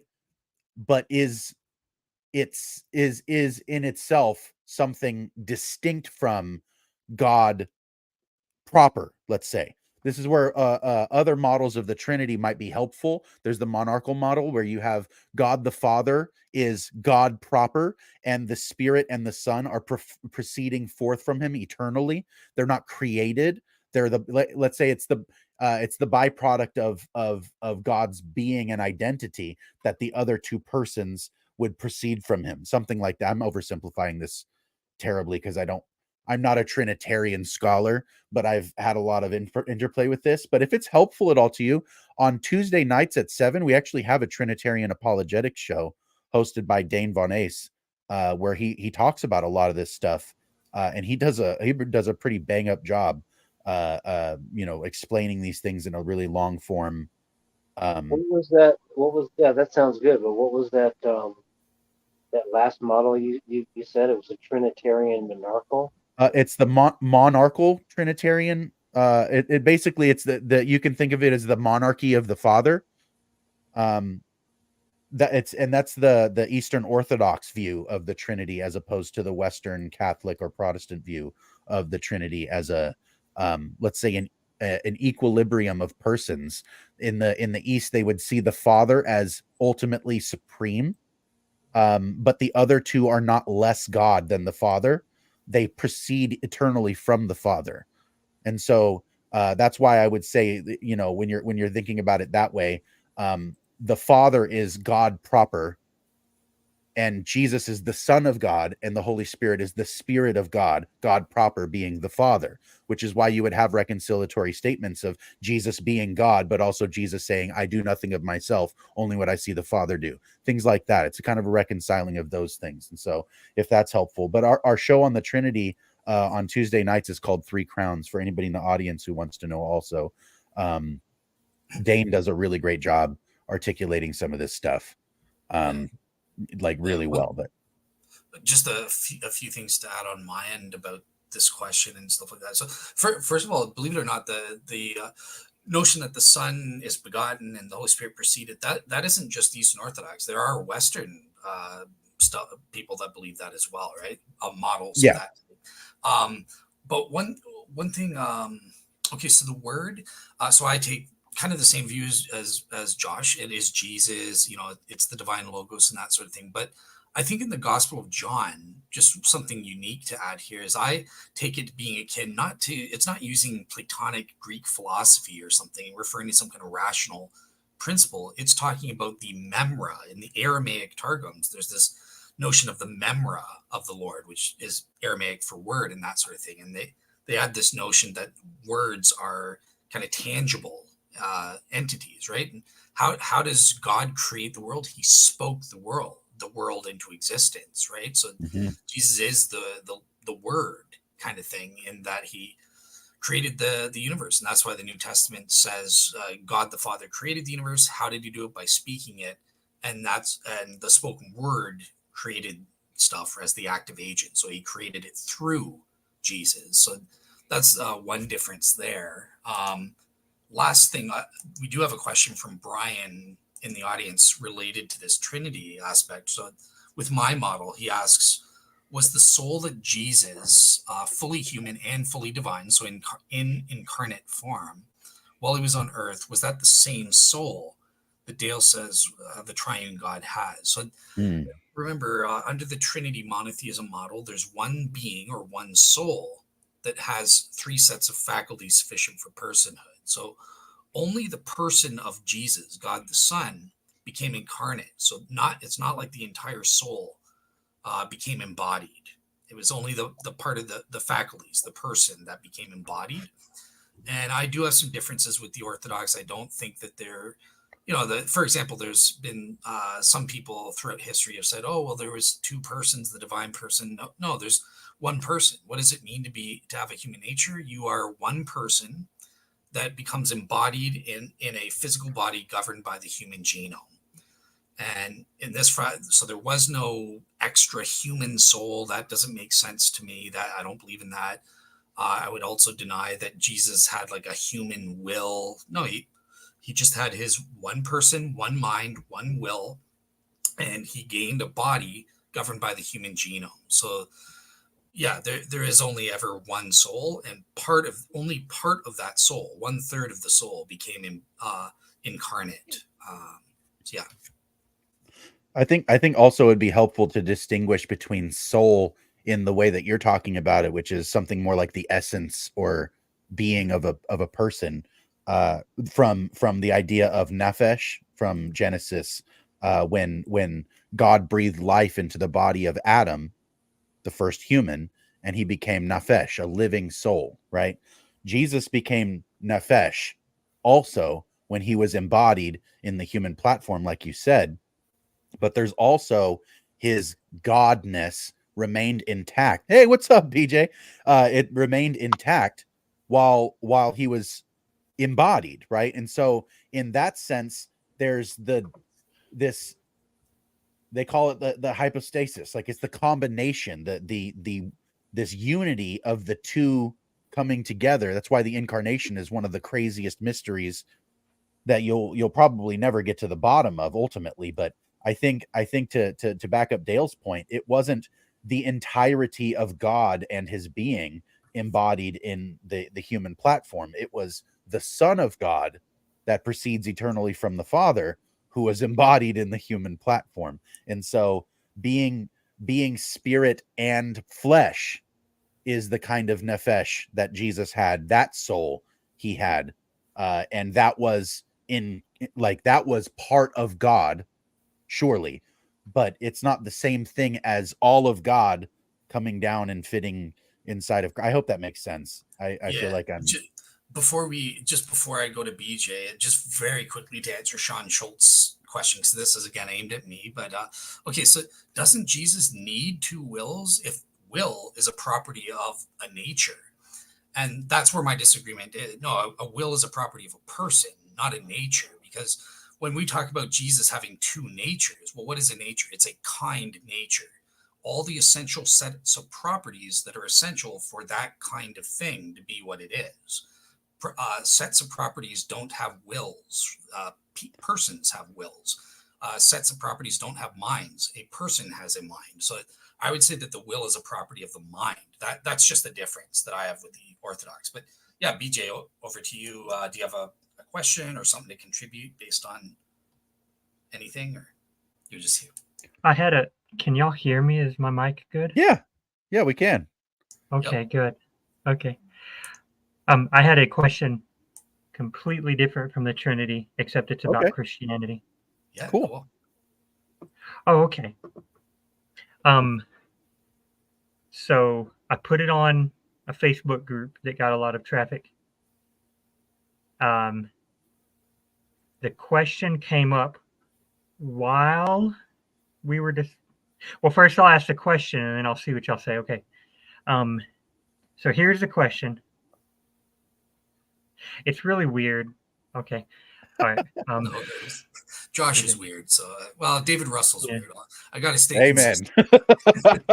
He's the punching bag. All right. I got some flack for asking this question, but I was like, oh, calm down. Okay. All right. If you, I don't recall how I worded it. I would have it pulled up on Facebook or something, but my phone and my computer are going really slow. Okay. If you can, sorry. Okay. If you could guarantee someone's salvation by committing a sin, would you sin?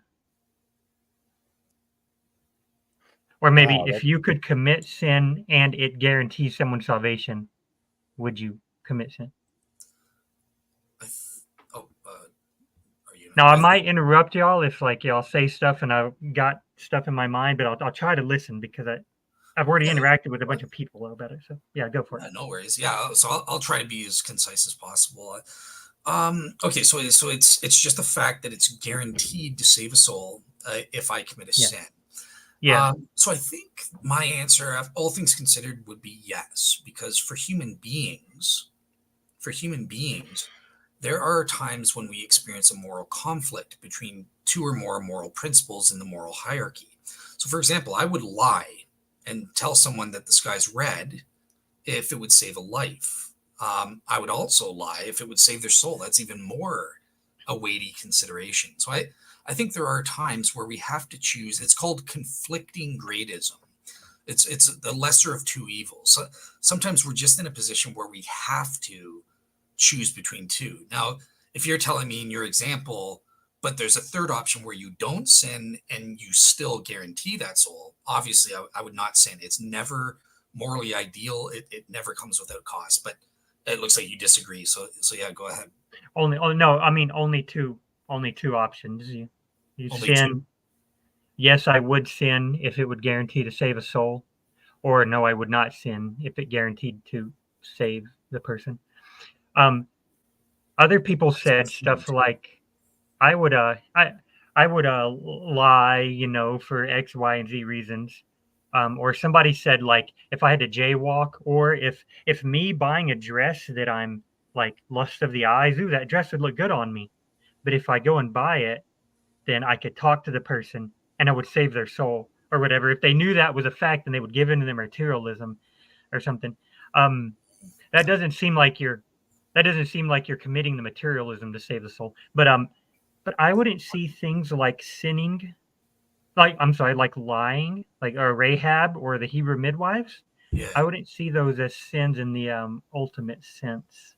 Yeah, so here's one thing I'll say, and I'll give it to Josh because I know he's trying to get in. But so I do not advocate for utilitarianism. It's not like the ends always justify the means. So sometimes it's never morally ideal, but sometimes it's morally permissible, given we're in a fallen world and we can do the lesser of two evils. But there are other sins where it's just a no-go. Like I would never rape someone just to guarantee a soul is saved, and or something, or I would never treat people as a slave, because we have to remember God he can't lie even if it guarantees the salvation of a soul, right? So that and that's always because he's obviously got other options and stuff. He's of the divine nature and stuff like that. So it's not the same thing. But yeah, there are certain things where the ends just will never justify those means. So if you tell me to like I said, rape someone or torture an innocent baby just for the heck of it, and you're guaranteeing this soul will be saved. No, the answer is no matter what. It sounds like, it really does sound like to me, we're saying if it's not that bad of a sin.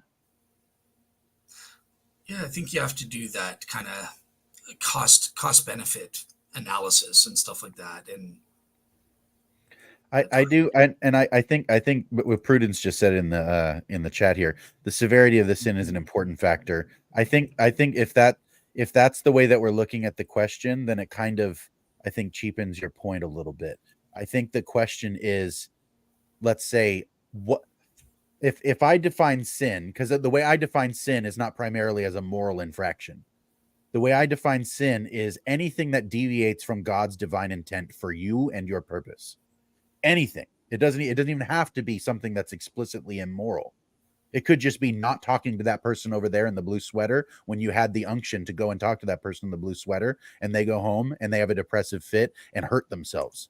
And it's because you didn't go and stand up and talk to them. You didn't do anything forwardly evil to them. It was negligence, right? And so that also is sin, right? And so in that generalized sense, anything that deviates from God's intent for you is sin, right? If I were to take like the worst version of that, right, which I think would be something like killing myself or someone else, I think this is actually something that's vaguely comparable to Paul's opening of Romans 9, that he said, I would gladly be damned personally if that would bring about the salvation of my kinsmen. And those were people who disdained him, right? And so like if we can kind of take that lead, let's say, and say, taking on the moral guilt, the infraction, the whatever, that if that's going to be something that brings about the good of an eternal soul coming to God, then there's something about that has to be, it has to be something where it's not like, oh, well, I wouldn't do something so bad, right? Like I feel like Paul, if he's willing to, and I might be muddying the water a little bit by thinking about it this way. So correct me if I'm misunderstanding you. Other people said gave the same example of Paul, what you're saying, and I actually have a reply to that too. Okay, but finish your thing and then I'll reply. I was saying that if it came to the question of whether or not I would have to accrue some sort of moral guilt for myself in order to ensure that somebody else would be saved, that moral guilt and the framework that I have for why that would be a negative in any sense is the situation of salvation and an infraction against God, right? And I think that that's directly comparable in some real sense to the way Paul says, I would gladly take on damnation for myself in order to save my kinsmen. And unless that isn't what you're asking necessarily. But for me, that's probably the most intuitive thing that I would go to, the way that I define sin as a deviation from God's intent rather than specifically a moral infraction. Deviation from God's intent is to fall short of the glory, to not image God properly. And as Sean said, more of a jest than anything, I sin for much less noble reasons. I tend to think of sin as anything, like you say, anything, right? Anything that hurts God, goes against God. I'm not a Calvinist, so I think God, he can be hurt. But anything that goes against God, to try and keep it as simple as possible.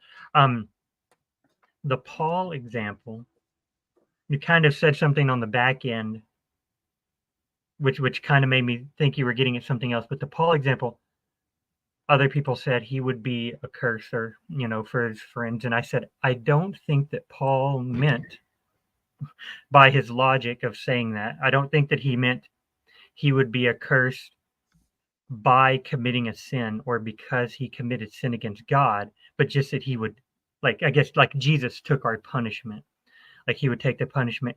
And if somebody were to say, well, Paul, the only way you can be a curse, you a human, would be to commit sin, he would say something like, wait, you're taking my logic and a little too far. I think he would that's just my opinion. There's other times whenever Paul says, should we do evil that good may come? No, anathema on that kind of thinking. He says that in Romans. Other people, yeah, they would mention, like, I would do this. You said something about bringing guilt on yourself, but then you switched really quick. Other people did seem to say, when I was discussing this on Facebook, other people seem to say, well, I would do anything to save that person. I would do anything to save myself.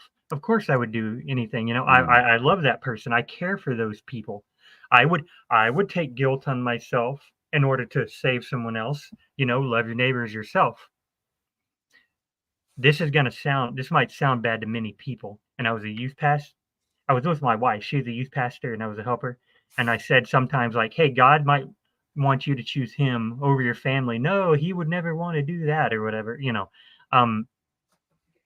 but I don't think, it's like, who's more important, God, family, church, friends, other people. I don't think God's on a list like that, but if you had to see something as more important, it would be like God.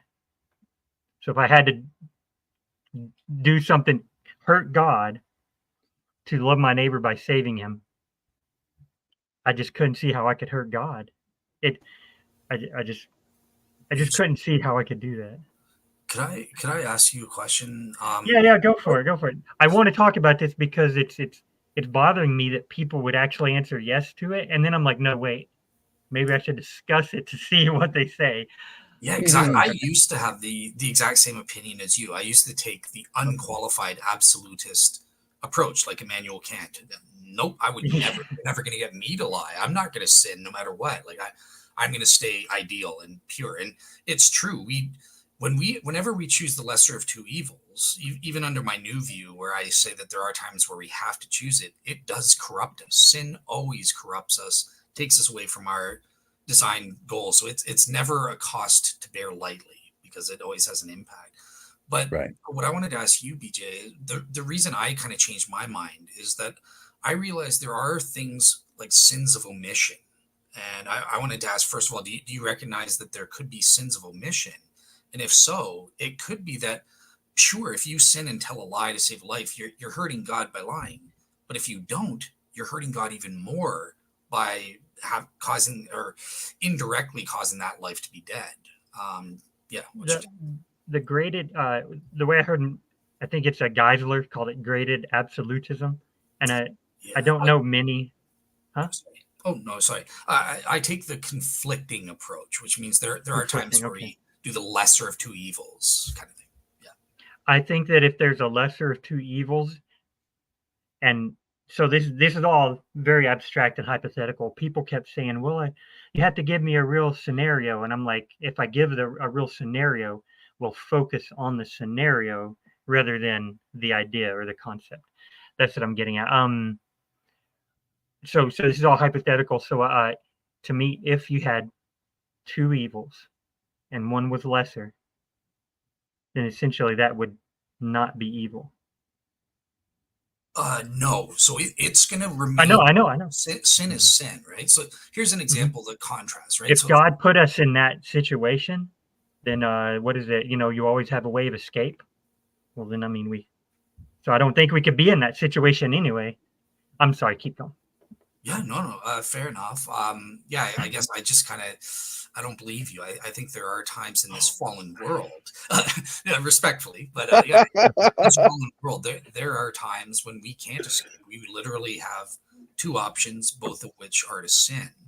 Now, there are times I wouldn't say, oh, well, it's morally good or ideal to sin. No, sin is always sin. We are doing something wrong regardless, but it's just we have no choice. So let's do the least wrong thing that we can, because we always look for and never want to do anything wrong. We should be always trying to find that third solution. But sometimes if we find ourselves and there's only two, then okay, let's do at least the least bad thing. Now, there are times, the last thing I want to add is there are certain things that may seem like they're not morally ideal. So for example, killing.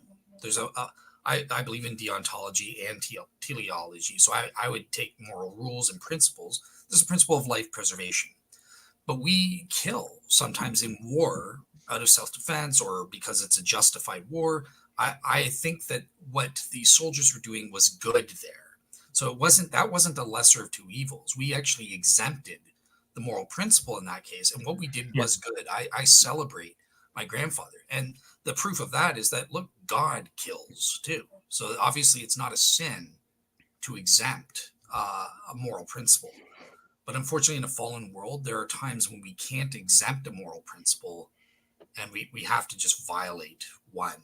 And there's a guy that came after John Wesley, who was kind of the theologian who tried babies versus giants.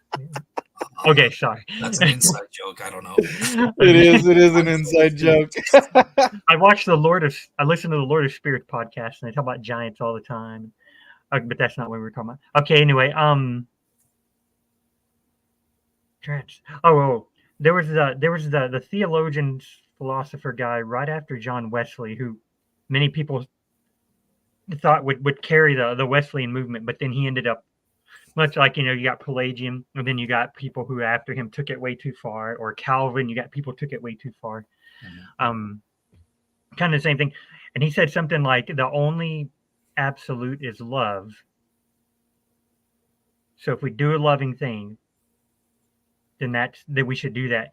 And he gave some scenario. I wish I remember the theologian's name. He gave a scenario about something about if you had to commit adultery in order to you were in prison and you had information, you commit adultery on your wife, in order to obtain a better good for the love of a bunch of people, then he would do it.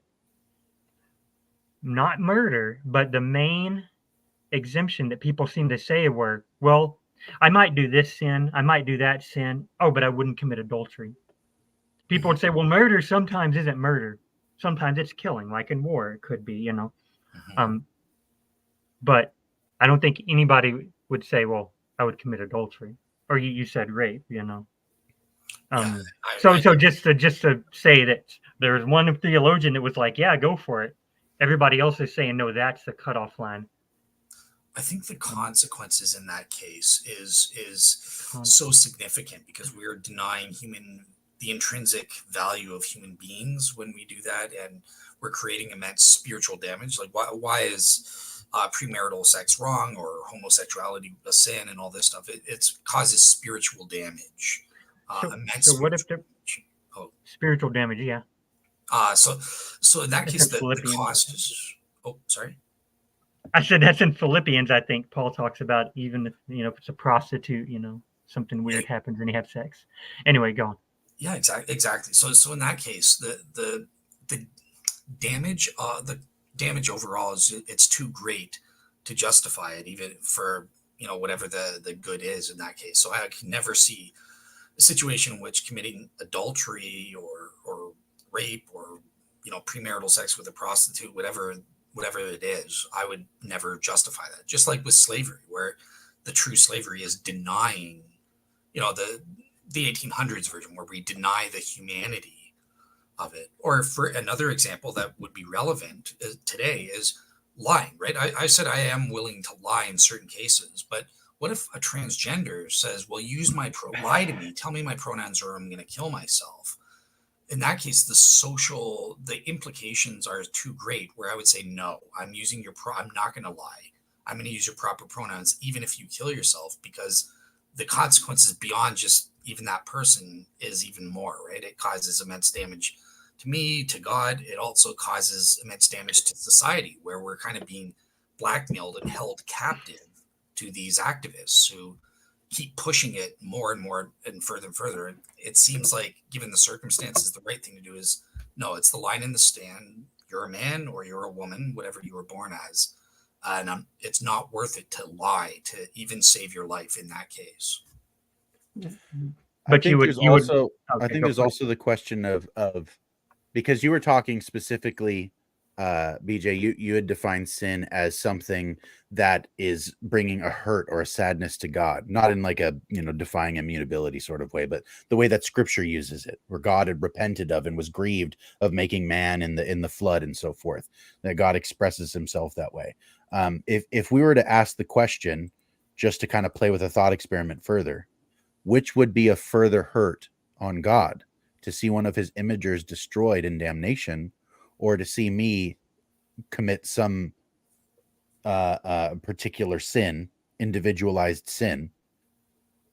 If you flip the question backward, I think you get perhaps a different perspective of the answer that's granted.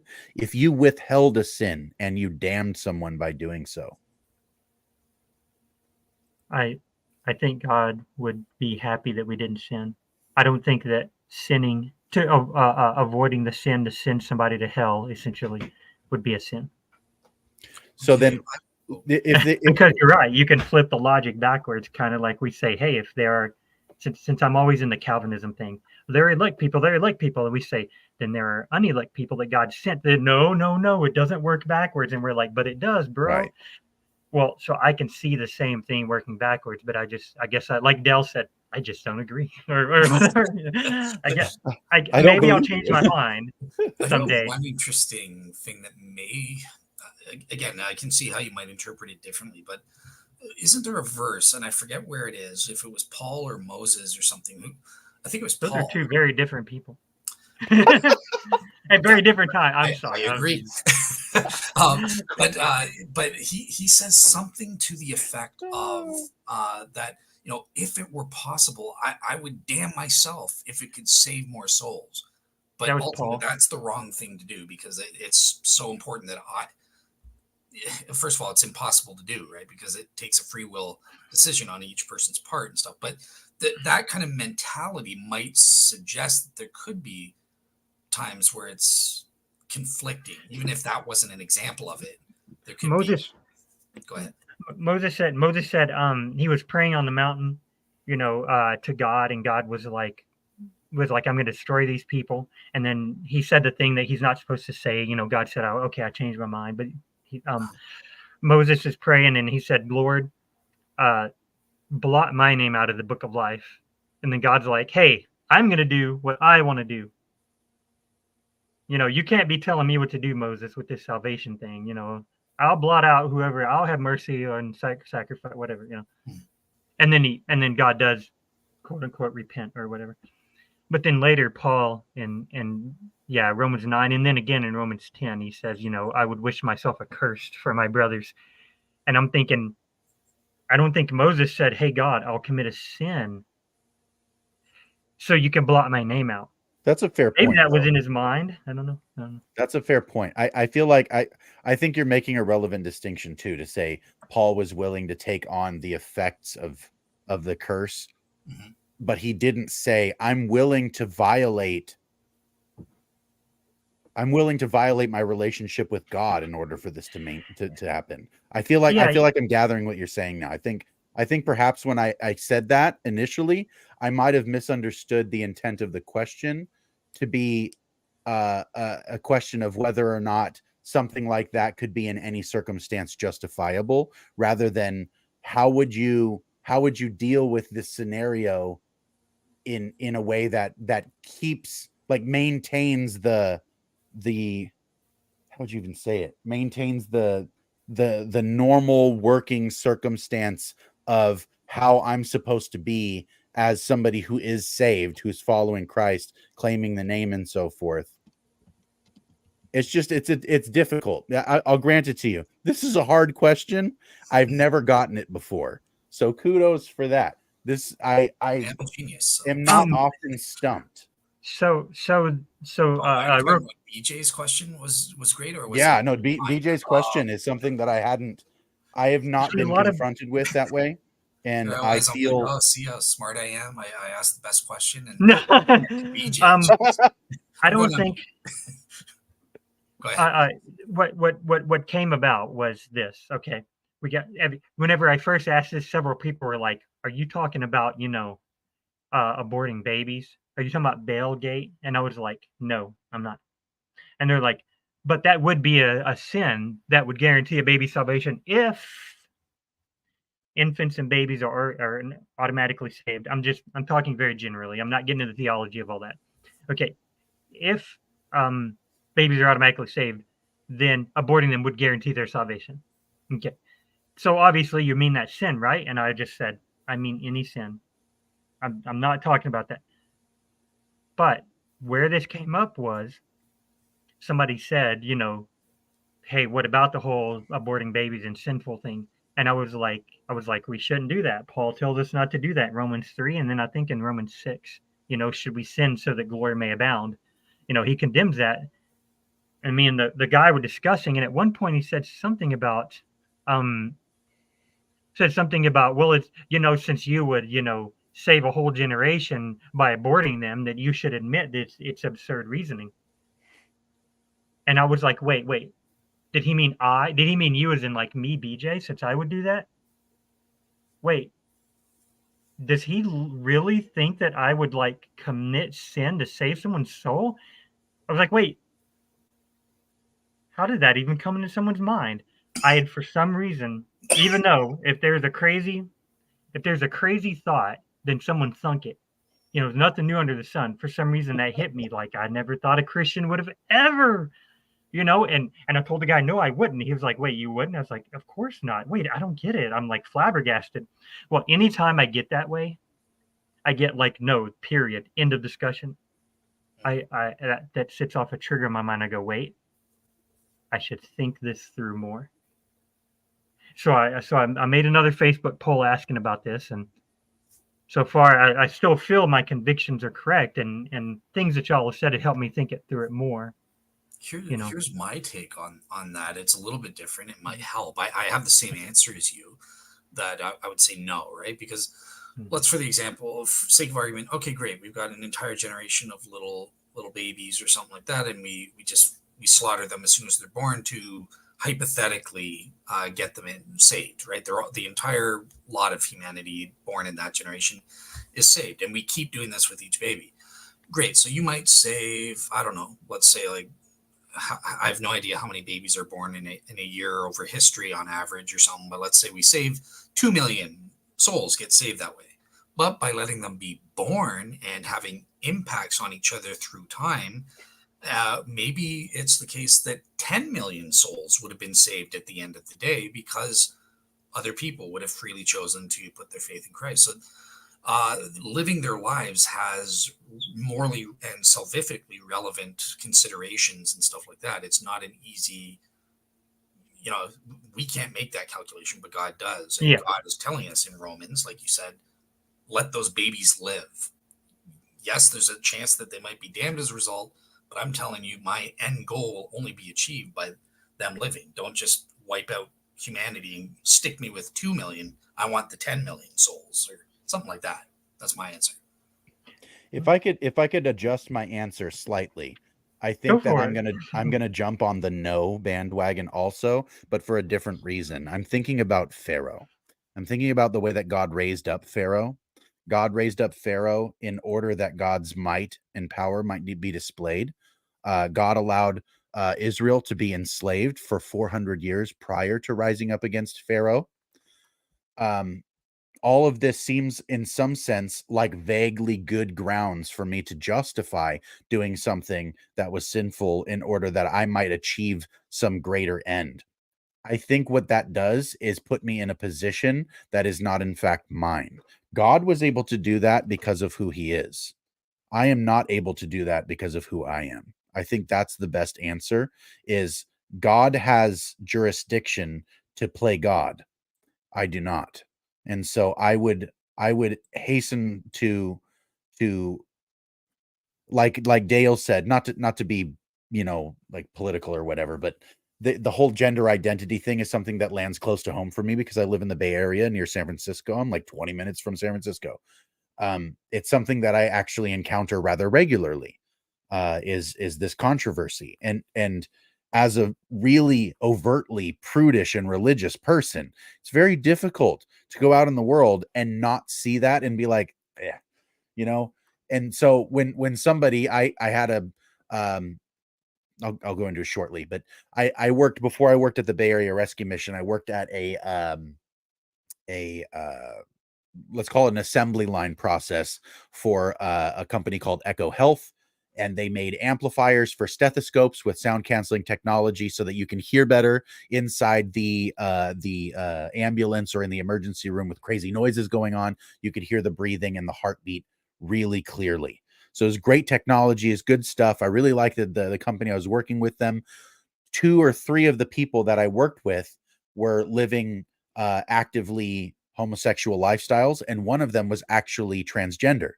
And they insisted that their pronouns be this or that. My response to that was not a yes or a no. It was in fact to bypass the issue by finding a third thing, because I wasn't going to like compromise my morals in order to comfort the situation, but I didn't want to be unduly uncharitable and cause controversy. And so I used a pronoun that would be suitable for anyone. It's called the name. So I asked their name and I called them by their name rather repetitively. It got annoying, but I was not going to use alternative pronouns and all that stuff. I wasn't going to play the game. So I played my own game. I became as annoying as possible by repeating their name almost every sentence. And it ended up being something where they stopped insisting that I play the game because of how much more annoying I was than the game. Right. And so in that sense, you're heaping hot coals on their head. Right. Exactly. By not doing so, I'm making a larger impact than doing so, if that makes sense. I'm playing my role properly so God can play his role. And I feel like imagining the question the way that you've laid it out, the way that I'm understanding it now, would be I need to grab at God's position in order to do this.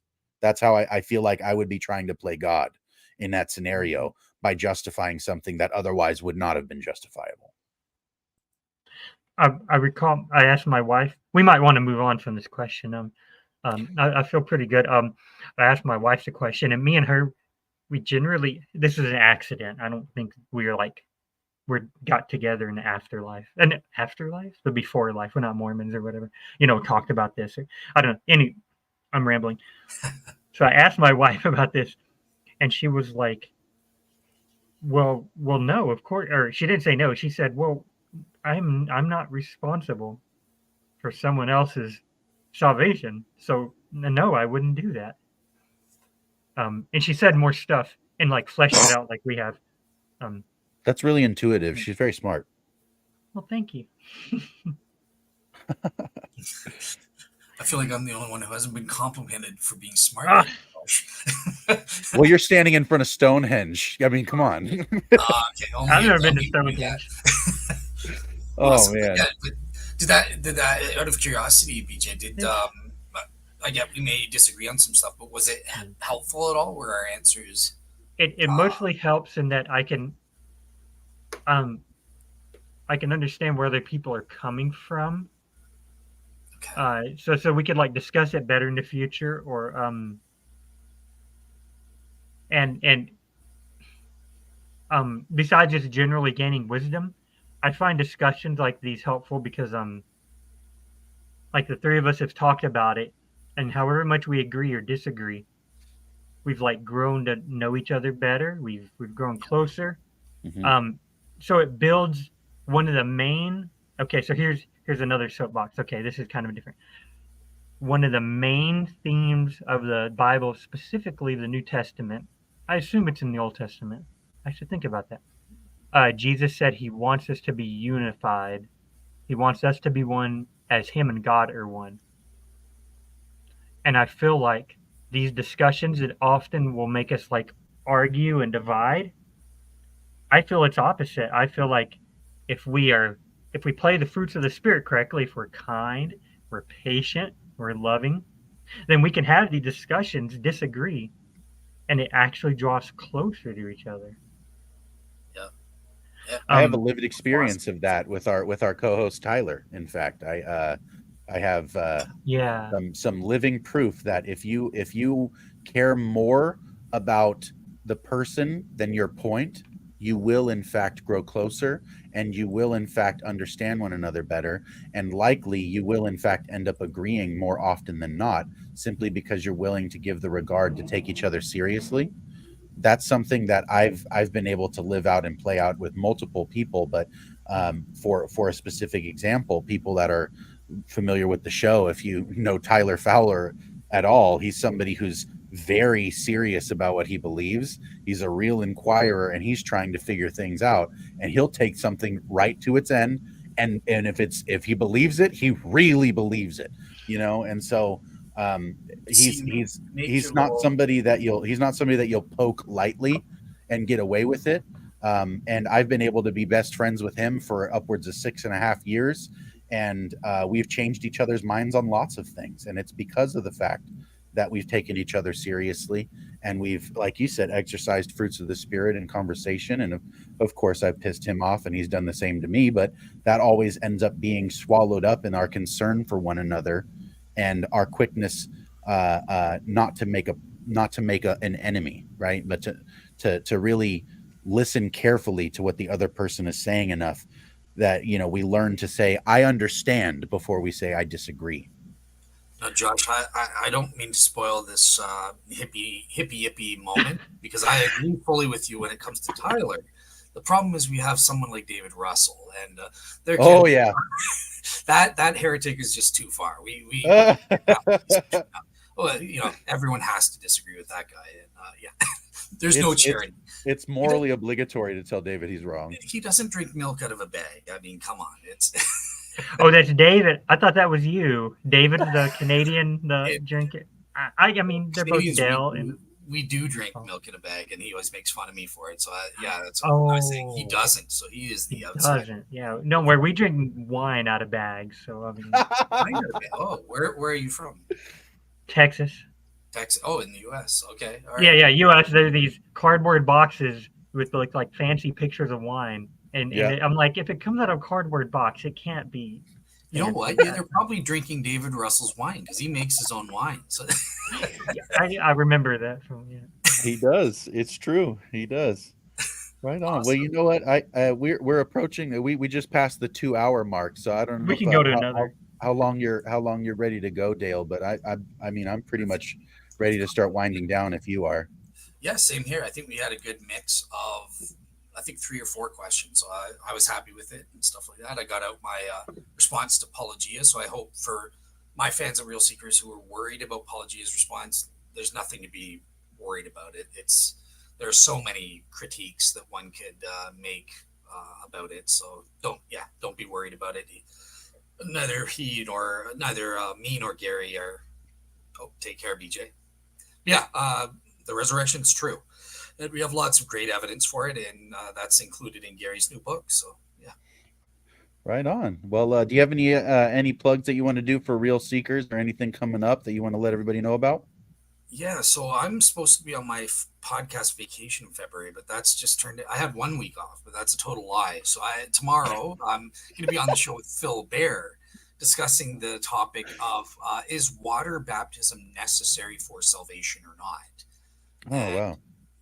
Yeah, and then the week after that, I've got a couple shows. So I've got a show with Dr. Thomas McAvoy on science and faith. So he knows about evidence from the Big Bang and creation versus evolution stuff, as well as a little bit on the Shroud of Turin. And then I have my famous panel thing on Saturday the 17th, specifically looking at those radiation hypotheses that I had planned before. So yeah, those are the news for Real Seekers. Cool. Right on. As far as the Faith Unaltered end goes, next week, David is having on Ben Watkins to talk about the problem of evil again. David, again, is doing a development for his own project at school for in his schooling for the problem of evil, and is developing that right now. And so he's doing a lot of ongoing discussions with people about the problem of evil. So if that's something that you're interested in, check that out next week at Friday, 7 Eastern. The following Friday after that will be the next episode of the Cosmic Corner, in which I will have on perhaps a couple of new faces, but some of the same faces that other people have seen from Gambia. That's amazing. Hi, welcome. Thanks for hanging out with us. It's glad we actually have a Twitter. That's pretty cool. Yeah. So the next episode for Cosmic Corner, coming up in 2 Fridays from now, is going to be a follow-up to our last episode about vampires and vampirism, spiritual vampirism, and what it means to be fed on or feed on something or someone. The next episode in our follow-up is going to not be about vampires, but about zombies, the other monster that feeds on you. Right. And so we're going to be expanding that conversation a little bit. Beyond that, I don't know that there's anything scheduled for the following Friday, but Tyler seems to have something lined up for the beginning of March that he's excited about. I don't recall him letting me know what it is yet, but be on the lookout for that. And again, every Tuesday afternoon / evening, we have 3 Crowns with Dane, our Trinitarian apologist. Great stuff, really great stuff. If you guys want to learn about the Trinity, if you have any questions, or if you're confused, or you're just like, I've heard the word, but I don't really know what it means. We talked about it rather briefly here tonight when we had First Last on. But if you guys want to dig deep on Trinitarian doctrines and learn how to do some Trinitarian apologetics, Dane is your guy. Dane is number 1. And as far as that goes, I think that's pretty much all we have on the roster for Faith Unaltered right now, other than tomorrow and Monday. Tomorrow and Monday are going to be special episodes that Tyler and I are running. We're talking about Calvinism. This is going to be relevant to the whole Ballgate thing, but we're kind of coming at it at a different angle. We're not going to do just another interview on the controversy of particularly infant damnation or anything like that. We're going to be talking about arguments against Calvinism and the best ones that we've encountered personally. So tomorrow we're going to have Dr. Leighton Flowers as well as Jordan Hatfield from Great Light Studios, and then another new face who I haven't actually met yet or interacted with, but his name is Lucas. What is it? It's Lucas Curcio. I think that's how you pronounce it. He's going to be coming on as well to discuss Calvinism tomorrow, and then we're going to have a follow-up episode on Monday. And we're going to be talking about, again, just the best arguments that we've encountered against Calvinism. And so that's going to be a couple of special episodes. But as far as our regular Fridays and regular scheduled stuff, that's pretty much what we got going on. So that's pretty much it. Awesome. Great show. Yeah, I enjoyed it. So yeah, good this was a job, good conversation. I actually have to say, I'm kind of happy that this was our first interaction where you and I were like hosting together. This was really cool, and I feel like I don't feel like we did a bad job. You know what I mean? Like, I'll have to listen to it again to see how the conversation flowed and everything, but I feel like we make a pretty good team, Dale. Absolutely. Yeah. If you ever want a spot on Theo Geeks, I'm willing to kick Russell out, and you're the new co-host. So. Oh yeah, right on. I might have to do that. Right on. And you know what? Actually, it would be cool. I've had Travis Worth on to discuss things on Cosmic Corner, the more philosophically minded fellow.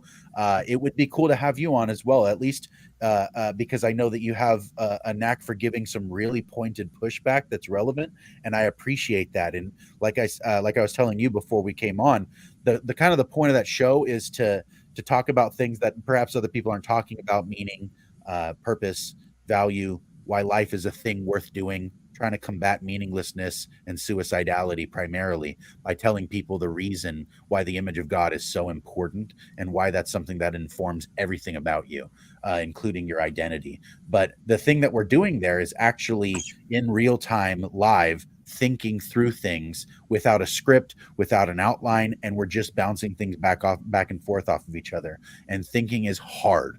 Thinking is costly. Thinking is risky. And I don't want a world of sycophants who think that what I think is cool. I want to know where I can improve, what I can correct, and things like that. So it would be cool to have you on for one of those episodes as well. Absolutely. Yeah. Like I said, when I was talking to you privately, I'm happy to be on. So yeah, just you let me know when and where, and I'll be there. Right on. Well, I'll let you know what we're going to be doing after the zombies episode, and perhaps that'll be the one, huh? Perfect. I'm there. Right on.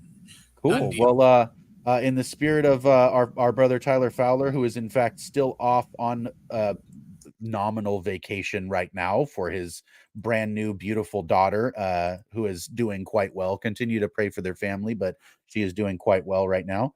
But in the spirit of our brother Tyler, who is not here, I'll say good night, God bless, and stay like Christ.